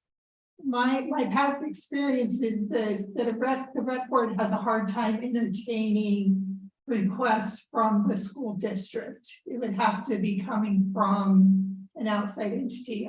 Marcy, I'm sorry. Yep. A lot of these items are things being talked about applying for the rec grant. So I think if we all got together after the meeting, we may be able to solve some of those. They come from our But Sarah, isn't what you're saying is if we were to approve it, we as a school district could not request that from the rec board. Is that correct? Correct, but just wondering if that could be an option, so we're not going into reserves in order to fund this. And will you remind me again when the rec board meets? When is that decision made? Well, you have a couple of expenditures up there that are gonna be hard to take before the rec board. For instance, your 2 largest expenditures are your coaches. And I think when you think about coaches, you want to think a little bit more than what's up there, because you're gonna have FICA, you're gonna have your taxes and that type of thing. So, you know, I heard potential for 2 assistant coaches, but I think you want to be thinking about $11,000. And that's funds that I think it would be very difficult for this entity to not accept those expenditures. The other thing is the transportation, and the fact that transportation is reimbursable. Those expenditures would be provided by the district. That being your use of buses and your bus drivers. That doesn't account, the traveling expense line is actually one that would be for postseason, is why that's in there. And added to that 24,000. So the inclusion of the cost that Marcy just referenced is not part of the 24,000, because of, as referenced, it's fully reimbursable.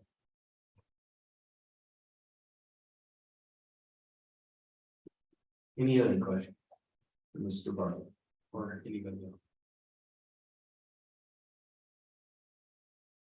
Okay. So now we will move into the agenda item, which is consider the addition of high school girls softball as a Goshen County activity. The recommendation is to consider motions as offered by board members. So do I have a motion? So move. I would present the motion to consider the addition of high school girls softball for Goshen County. Okay, is there a second? Thanks for just clarification real quick. Would that, just a reference, Mr. Bartlett, so there's no confusion on his proposal in relation to the sharing of South for the seniors, as I would assume is that's what your motion was. I would include that, Yes, that's right. I figured. I just didn't want anybody confused in relation to that. So thank you. Okay, is there a second? Second. Any discussion? So that motion then would include us stepping outside of the budget. And okay. And we're looking, give me the years again that we'd be looking at for it to start. So it would be a junior varsity program for the spring of 2024, moving into a JV and varsity program for the spring of 2025.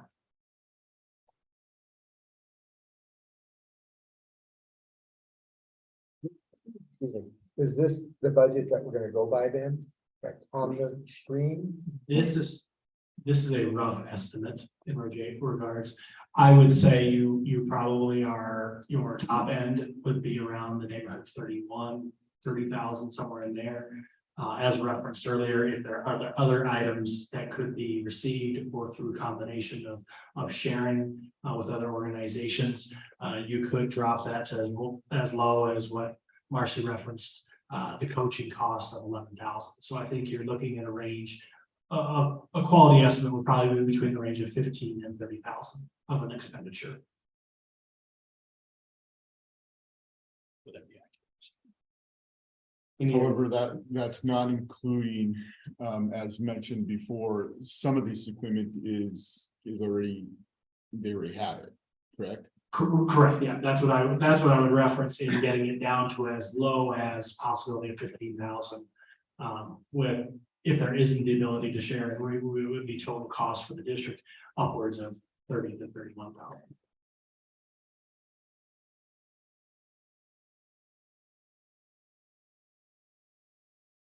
Any other discussion? Go ahead, Bill.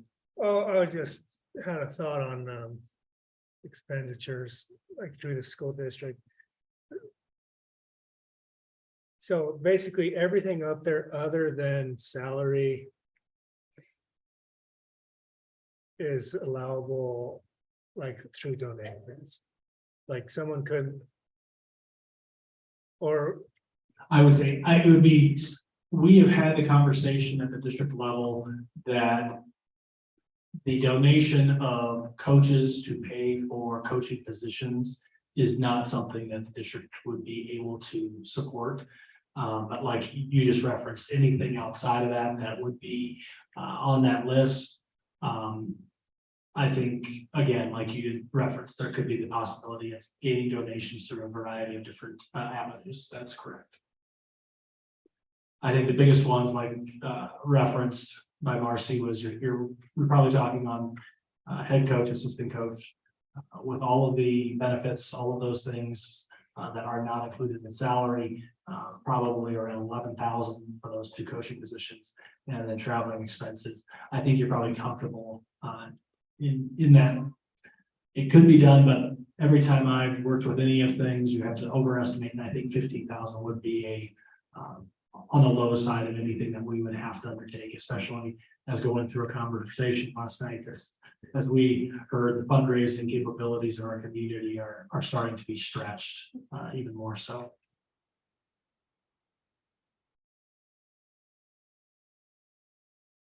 Any other discussion?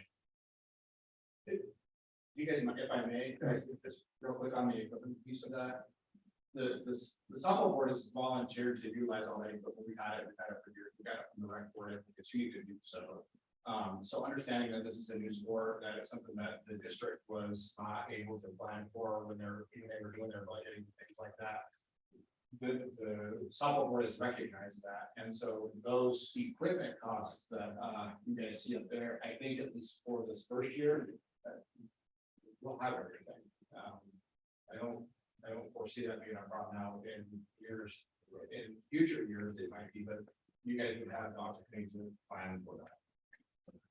So I think there was mention of a lease back, so you're just saying you would allow the school district to use that equipment at no cost. I think that's a conversation that our board would be more than willing to have. I mean, quite frankly, the cost of the association is nothing because all they put in.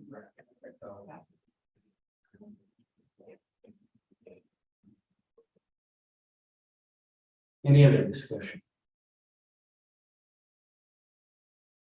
Okay.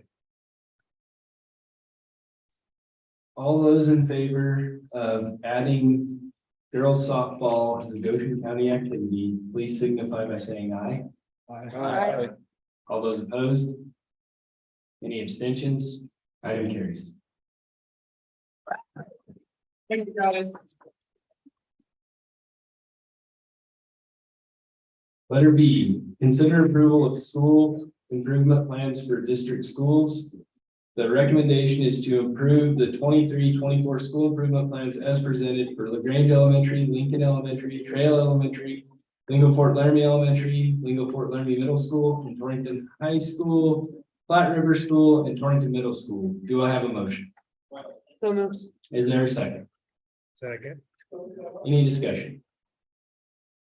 All those in favor of approving the school improvement plans for district schools, please signify by saying aye. Aye. All those opposed? Any abstentions? Item carries.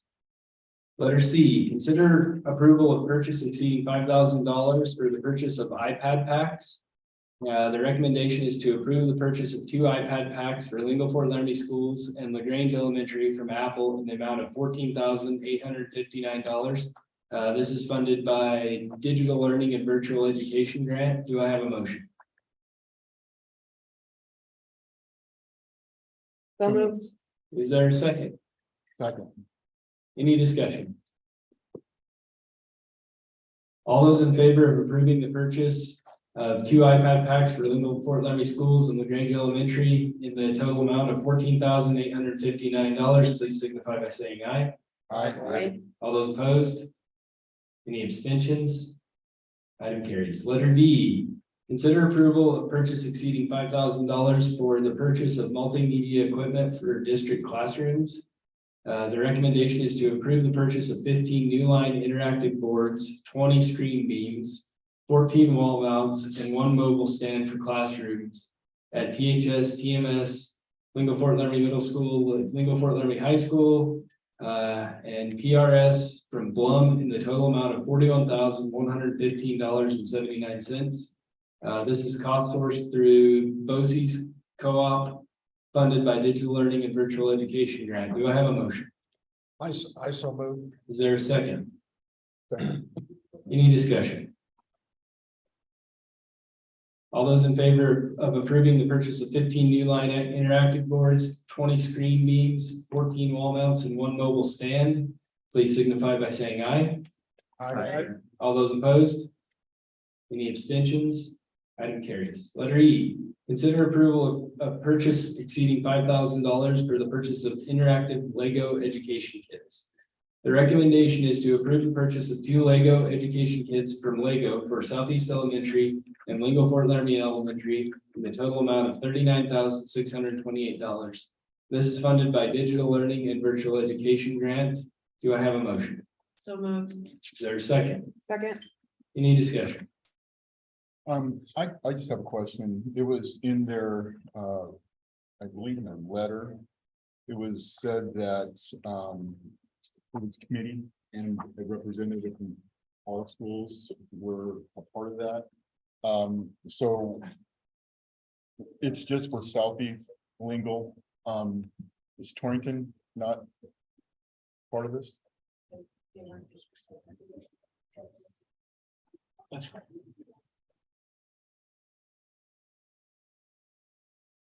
I didn't hear what you said. What was Yes, your that's response? correct. Torrington was not interested in participating in those, in utilizing those Lego kits. So they opted not to. Correct. But they were still part of the committee. Yes. Okay. Any other discussion? After all that technology, I like that we're going back to Legos. I was just gonna say, is there any chance when they do these things that we can actually see what they're doing with them? I mean, Yeah.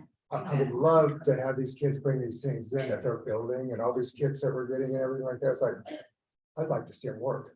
We would love to do And these that. drones and everything that we get, they're like, I'd like to see everything and how they develop it. Or do you want to play with Legos? I don't do this, girl.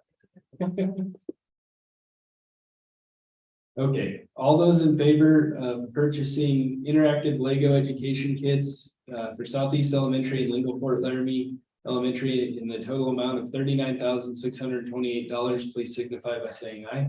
Aye. All those opposed? Any abstentions? Item carries. Letter F, consider approval of donations to Lingo Fort Laramie Schools. The recommendation is to accept the donations to Lingo Fort Laramie Schools from Spector Livestock Company and Points West Community Bank in the amount of $16,494.50 each. for a total donation of $32,989 for the purchase of a video display board. Do I have a motion? I so move. Do we have a second? Second. Any discussion? All those in favor of approving the donations to Lingo Fort Laramie Schools in the total amount of $32,989, please signify by saying aye. Aye. All those opposed? Any abstentions?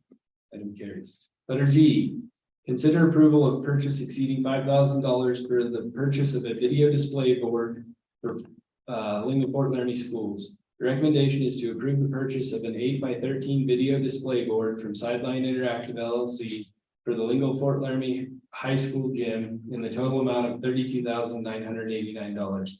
This is funded from the donation proceeds we just voted on. Do I have a motion? So moved. Is there a second? Second. Any discussion?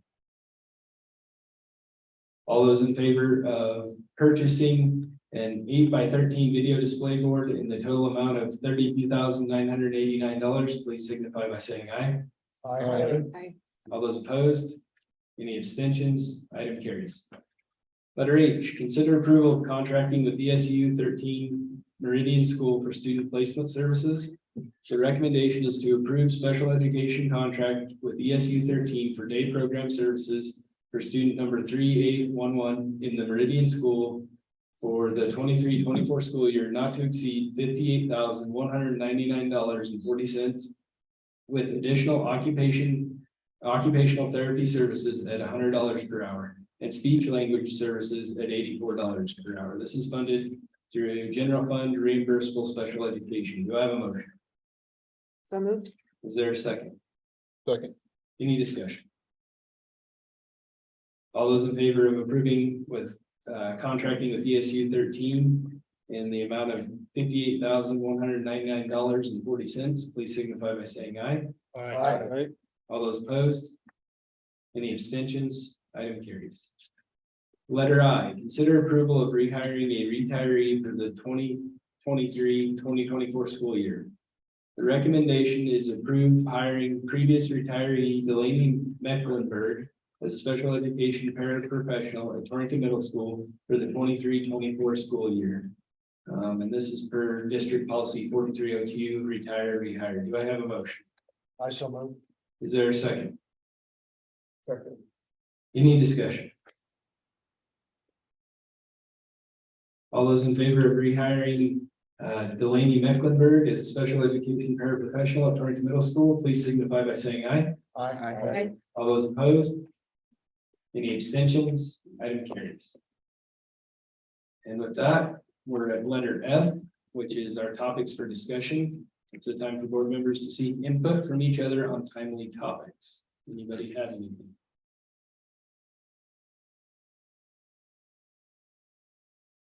If I could, Mr. Chairman. I would like to address Mr. Gilchrist. Thank you for hosting us last week or whenever, 2 weeks ago when we did the roundtable at Lingo Fort Laramie. That was very insightful. It was nice to get that feedback. I wish that there would have been a little bit better attendance, but it's difficult for people to come to those, I realize. But I will tell you that one thing came up that has kind of bothered me a little bit that I wanted to address. A teacher came up to me and said, "I've never seen you before." And I said, I've not seen you or met you before either. And she said, "I want to see you in my classroom." And I thought, that's not a bad idea, right? That's a great idea. And then Mr. Gilchrist invited us to the I think admin meetings on Wednesdays or what have you. And I thought, boy, that'd be great too to make that. So Wednesday afternoon comes along and I get slammed at work and I'm like, shoot, can't make it over that week, right? Another Wednesday comes along, shoot, got called into work, couldn't make it again. So then I start to go kind of bad, you know? But I'll tell you this, it made me kind of reflect, is that our job as board members to sit in classrooms? I will tell you, I don't know that I can critique a lesson. I don't know enough. And I would have to base it on whether it was entertaining, because that's all I would really know. Not on whether it was taught well or received well or anything, because I'm not an expert in education. I have a lot of education, but I'm not an expert at it. So it just made me kind of think, like, is that our role and is that the expectation of this school district that we as board members sit in classrooms and visit the schools? I reflected back a little bit on it and thought, to me, I'm hoping that our teachers and our staff are reporting to the administrators. And the administrators are then reporting to our superintendent, who then reports to us. And we rely on that pretty heavily. And if there's a problem with that system, we need to have a different conversation. But I'm hopeful that teachers and staff will reach out to us as board members. Our email addresses are published in the newspaper every week. You know, our contact information is out there, and I would highly encourage students, or ex-students could too, but teachers and staff to reach out to us. But the expectation that we can sit in classrooms, I think, is a difficult one. We have families and jobs and all of that too, but we want to serve you as best we can. So I just throw that out there. And I can't speak for the teacher that you are speaking about. Sure. Sure, and I'm not attacking her, so don't get me wrong, it just made me think about that a little bit. I think it's been 11 years that I've been in the district as an administrator. It's more of a function of them seeing you there, not being there to critique or evaluate, but simply being in the building. Being concerned, asking questions. And I think that's probably more towards what they're speaking to. I don't think there's an expectation of evaluation. Critiquing is being present. And I think that's mostly what's being referred to when they're talking about it. And everybody understands. And but in the time that I've had administrators come into the building and we've taken them to the walk around, you know, that's the talk in the school. They see that and they appreciate that. They don't necessarily want any specific feedback, but they do appreciate seeing you guys coming in and showing them. It makes me wonder, would it be a better communication tool to do more of those roundtable discussions or what have you? You know, it would have been nice to have more teachers and staff at that, maybe to do that. I don't know. No, that's an avenue that I didn't necessarily think of when I'm talking about this. I did have some people that were interested after the fact. Yeah. When we had conversations about what took place. But I certainly think that's a very positive step you guys take even from that case. I think inviting probably dropped the ball on my part as far as communication, didn't get out there at the specific times that they probably have facilitated more people showing up. But I think that type of conversation that you guys were allowed to have with the people that were there. I mean, it was a great discussion and a very healthy discussion, so I appreciated that. Thank you. Any other topics for discussion? Could we maybe talk a little bit about our strategic planning work, what that looks like, maybe pick a date to sit down and do that as a work session?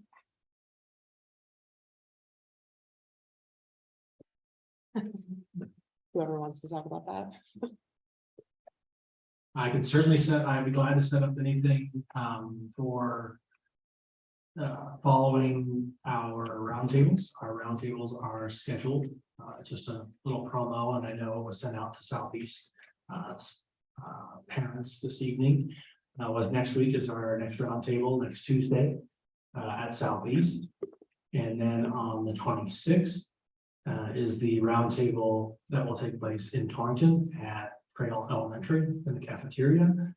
Then we have that week after, that week of October 30th, which is the first 3 days of November. Then our board week, which is the week of November 6th. But then we have also availability in that November week of the 13th that I can reach out.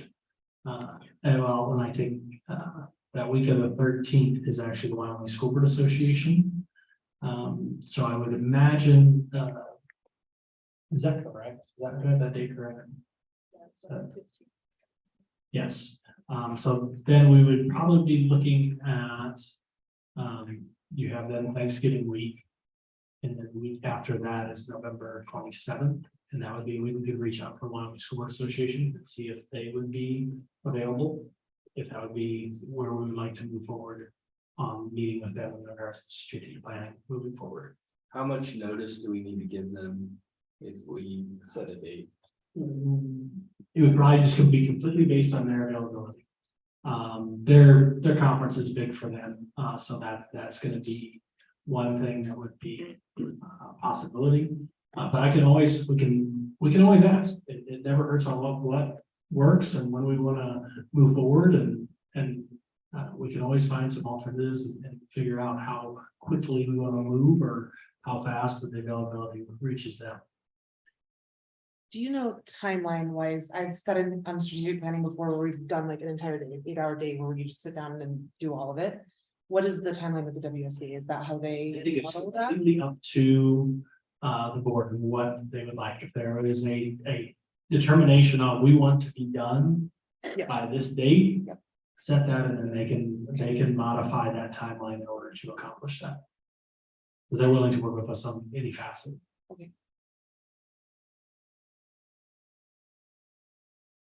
Is there anything that we could be doing from the time that, I mean, we're talking our meetings, our roundtables are gonna be done on October 26th.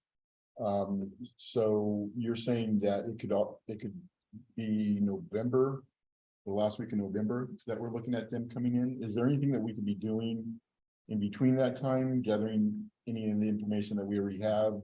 I mean, we could look at the week of October 30th. I mean, that's a date I threw out there. So that's that last week. That is a possibility. That's the week before our board meeting. That doesn't have necessarily any conflicts there. I can throw that out to them if we wanted to really fast forward and see. We can always ask and see if that's a possibility. Does everybody have an idea of what their calendars look like for that week? Of October Trick or 30th. treat day is the 31st.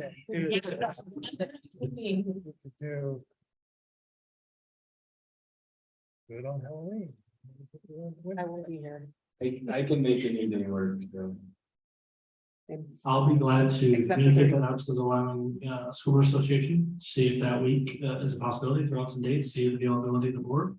And let them know that we'd like to fast track as quickly as possible and get moving. And then if that week isn't available, what systems could be put in place for us to work independently and have some things on the board. But I know trustee chairs and I spoke and I think you were going to reference also the goal of when I could reference maybe to be completed by that. Is there a time period in which you thought that might be appropriate?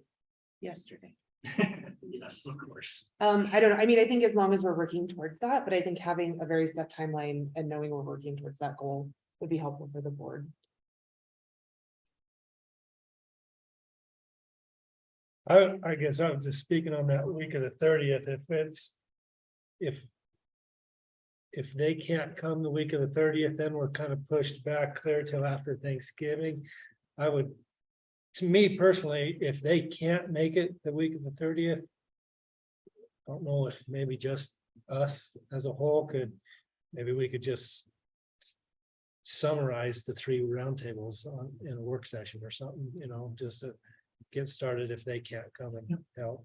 I'd be glad to give them a synopsis of that and then they could possibly guide us through that. Yeah, absolutely. I think any options all on the table, and I think they are certainly willing to work with us, whatever needs that this board has.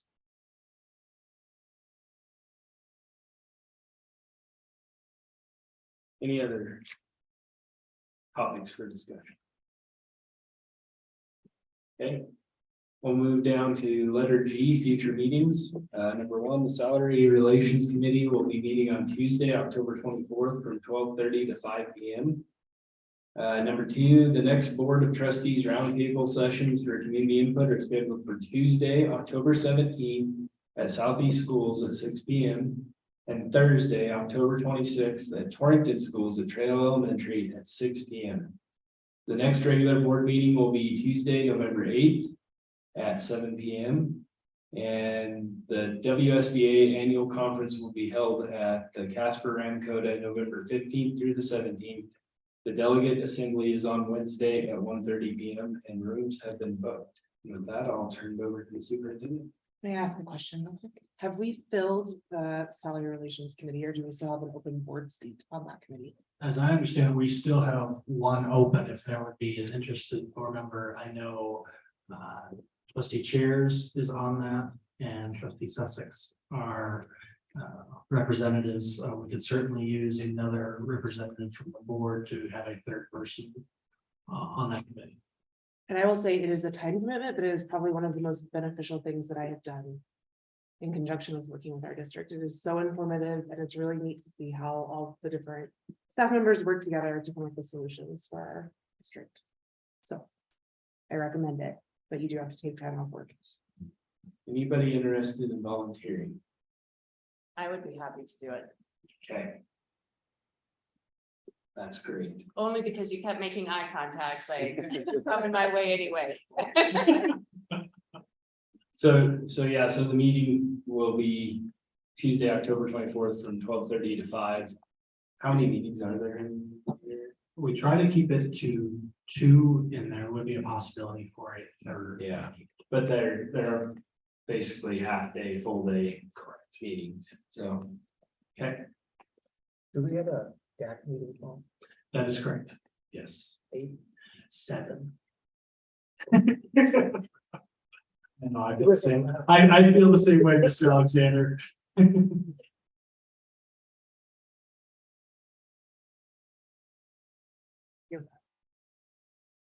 On my report, we'll share the screen. And you remember last month I did, because we get the August, September, so I shared that a little bit early. So rather than sharing the, oh, that's not the one.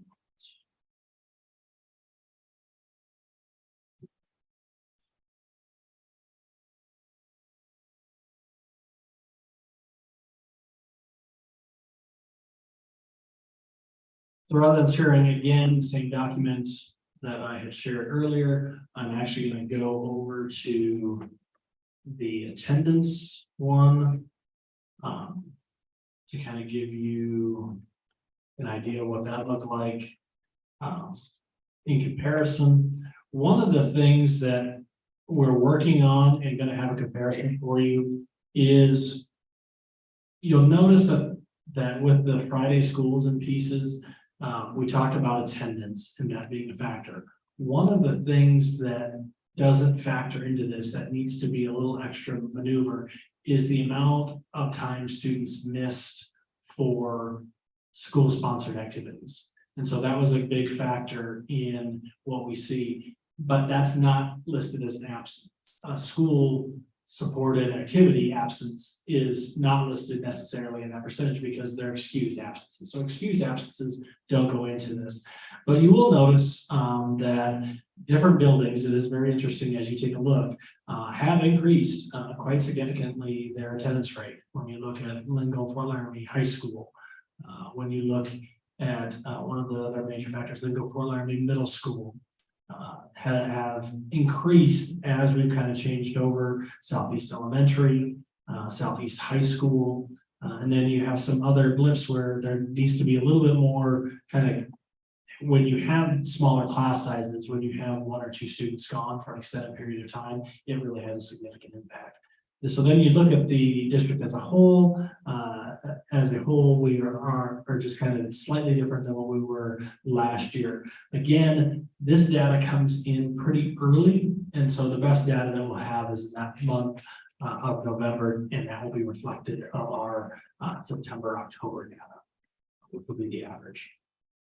The other item I wanted to kind of talk about this evening was specifically Ames Web data. Ames Web is a screener for reading and mathematics that we use at the district level, kindergarten through 5th grade. And so that is what we call a universal screener. What a universal screener does is we give this 3 times a year, once in the fall, once in the winter, once in the spring. We have not done a lot of work in the area of mathematics, but we have done an extensive amount of work on the reading component. One of the things you'll see a lot of these colors here, I just want to go down what this means. So this green here is where a class has met a goal overall, but did not meet the goal from fall to winter. So when we talk about our goals, you regularly hear us talk about the 40th percentile or the 40th percentile above. 40th percentile is not the same as 40%. 40th percentile talks about the bell curve and being where if we had 100 students standing in a line, and that where the 40th percentile would be is that if a student scored above the 40th percentile, they would be above the 40 students that would have scored lower. So you have that range. And so that's that bell curve on where we have the most students scoring. So our goal is to have students what we deem proficiency, or what proficient is if they score above the 40th percentile. So that's where we get these percentages. So when you see these any percent, that is the amount of students in a grade that scored above the 40th percentile.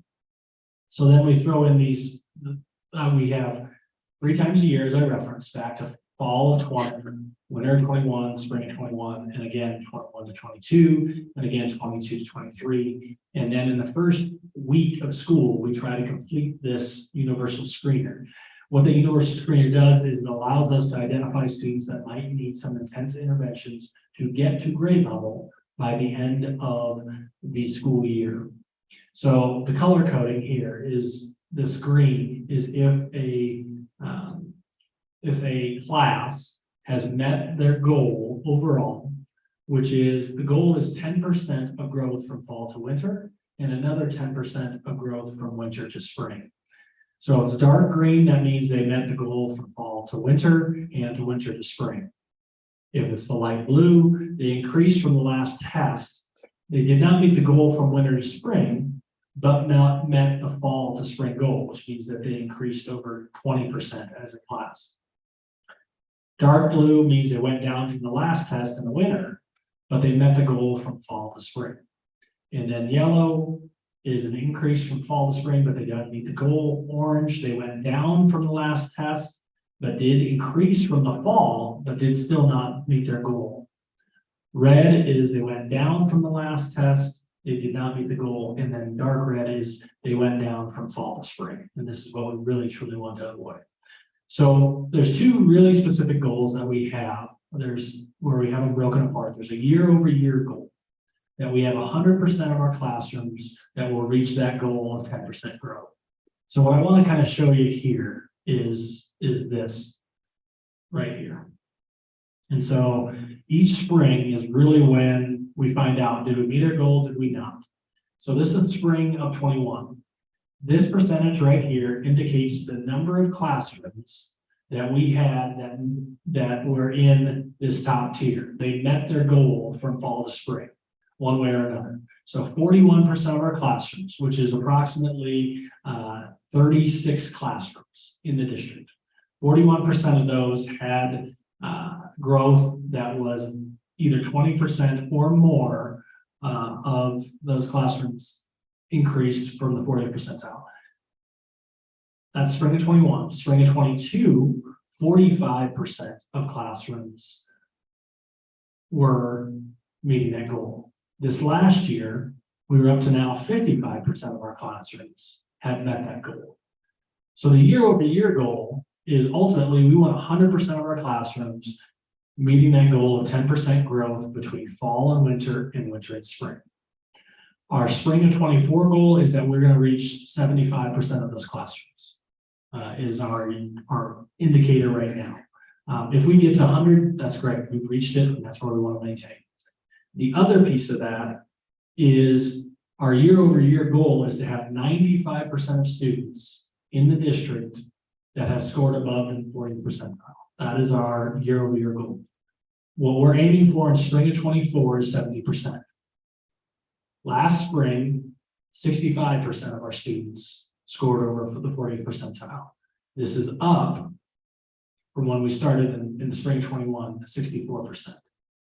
This is about just under 700 students that we are testing on a 3 times a year basis. And so we want to hit that goal of having 70% of our students scoring above the 40th percentile, with the ultimate goal of having 95% of our students. This is, as I talked to Mr. Derby today, you know, we can kind of talk about the why top, we have a lot of conversations, and in the grand scheme of things, it's standardized tests. Standardized tests have flaws. It's what we use to gauge things, there's value in it, and it's a tool in our toolbox.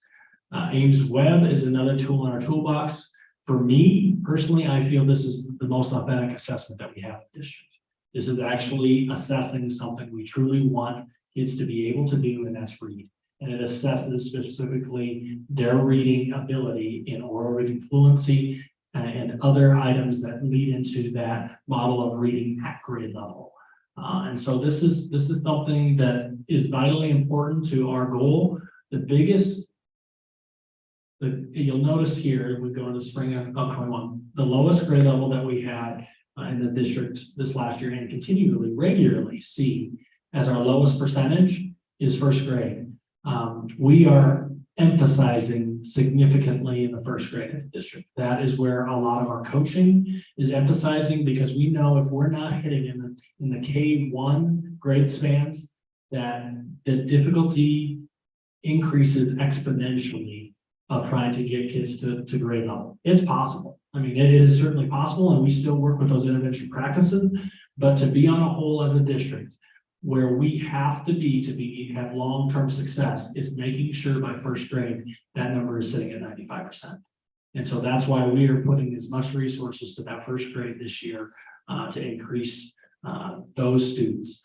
They are starting right now, when we did the universal screener this fall, 32% of them are what we would consider above the 40%, or what are at above the 40th percentile. Superintendent Kramer, so the slide from spring to fall, is that reflective of a normal loss over the summer, or is that greater than what you would expect to see? So it's interesting, you know, that's where we get into a little bit more difficulty. What is normal? You know, it's really, it is what I use in comparison is where have we started in the past. The one thing that I look at, I would say that we are starting where I would expect our students to be at in those lower grade levels and what they've attained for skills. The one thing that we look at is also that cohort data. So right down in here, this is following the cohort. In spring of 21, that kindergarten class was at 72%. In first grade, they dropped down to 49%. Now they've increased in second grade to 54%. You'll notice in this group here, though, we have a significantly larger number of green, meaning that they've increased year after year. That's what we want to look for, that growth. Our fall data is really primarily about getting that baseline and establishing that baseline. And when you have questions about how my students scored in the fall, and if we are starting from the very beginning, they may have only had 4 days of school. And so getting students, especially kindergartners, used to school, we're screening them on the 4th day. The idea is not to have that number really be reflective of what it looks like after students have had a couple of weeks of school. The idea is to get interventions in place as soon as possible. In order to do that, we need that screener placed, and it is referenced to other students around the United States that are taking it at that same time. But it allows those interventions to get in place. What we really, the two most important pieces are the winter and spring. The fall gives us a baseline, tells us where we're at and where we need to go from here, and establishes that roadmap. So yes, would I love to see us at a starting point of 95% of our students being proficient on day one? Absolutely, because the things that you can do to maintain that are great. Is that realistic? Probably not, because we have established that we have a summer break. Our calendar calls for a summer break from school. If we don't want that number, there are ways to address that. That means year-round school. Year-round school. I didn't say that out loud, don't come after me. But that is something that then we have to be okay with that baseline being set at fall if we're still wanting to support summer breaks, which is a constant around the United States. And that's our baseline where we start. That's why the Ames Web is also, in my opinion, a much better assessment because it's not comparing an entire year lag over potentially. Part of the year is their ending and the beginning of the year.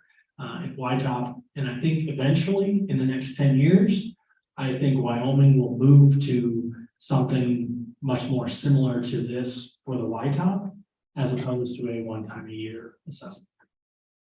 So along those lines, is the Ames Web part of that state report that we got? Did they use the Ames Web data? Is that just the YTOP then? Correct. Okay, thank you. Other questions?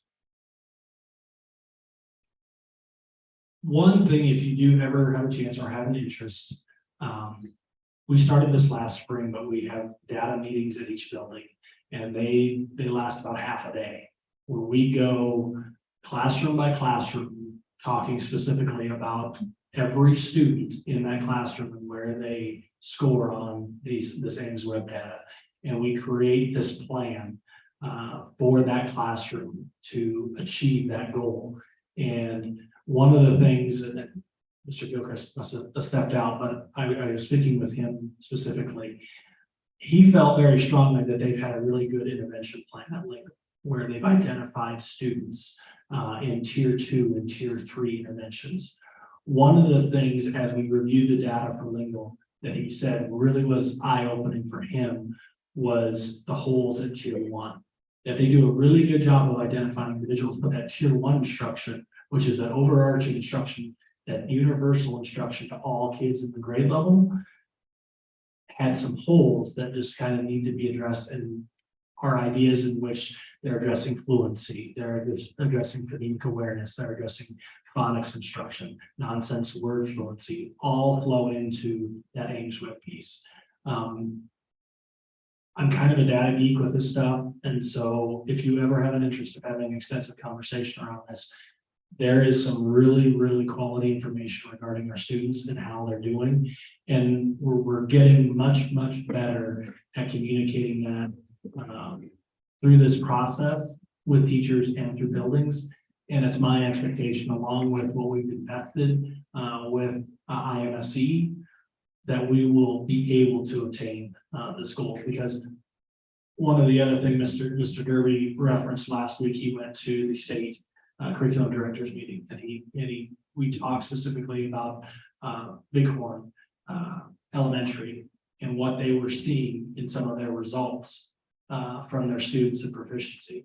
And you'll notice Bighorn, if you look at ACT data, probably for the last 10 years has been one of the top 4 high schools in the state regularly.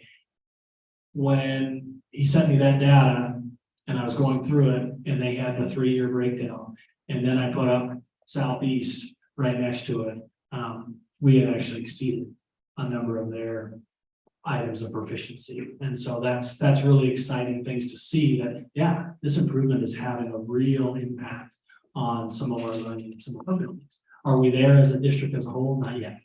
Can we get there? Absolutely. So regarding the holes you were actually referencing that you identified from Fort Laramie, are there, were identified reasons to those holes? And yes and no. When teachers have those conferences with the principal in regards to what pieces are we missing, what can be here, one of the specifics is around how much time do we spend on fluency instruction? How does that look different than the other kindergarten or first grade or second grade classrooms in the district? You know, we're seeing these results in this classroom where 95% of the students were above the 40th percentile. What does the format of their lessons or the format of what they're doing on a daily basis, where can we fill those holes where we have those gaps? And it's not necessarily the specifics around, as a whole, we're just gonna spend more time in reading. That's all well and good, but if you're not really having a plan to increase some of the needs of a classroom as a whole, you're not gonna see growth. You're gonna see some growth, but you're not gonna see the growth that we need to see for getting to that 95th percentile. And there have been pretty. The year after year comparison, when you're a teacher, you see that data. It gives you a real time to analyze what things you can maybe tweak and do differently, but possibly on the right track, but asking those questions, what can I do better? Okay, and better isn't the right word, what can I do differently? Because we know every one of our teachers is working their tails off. I mean, there's no doubt, they can't work any harder. There's no way to have our teachers work harder, but what do they need to do differently that may result in some increased achievement for our kids, especially in reading? And that's a gatekeeper. We know that is a huge gatekeeper for our kids.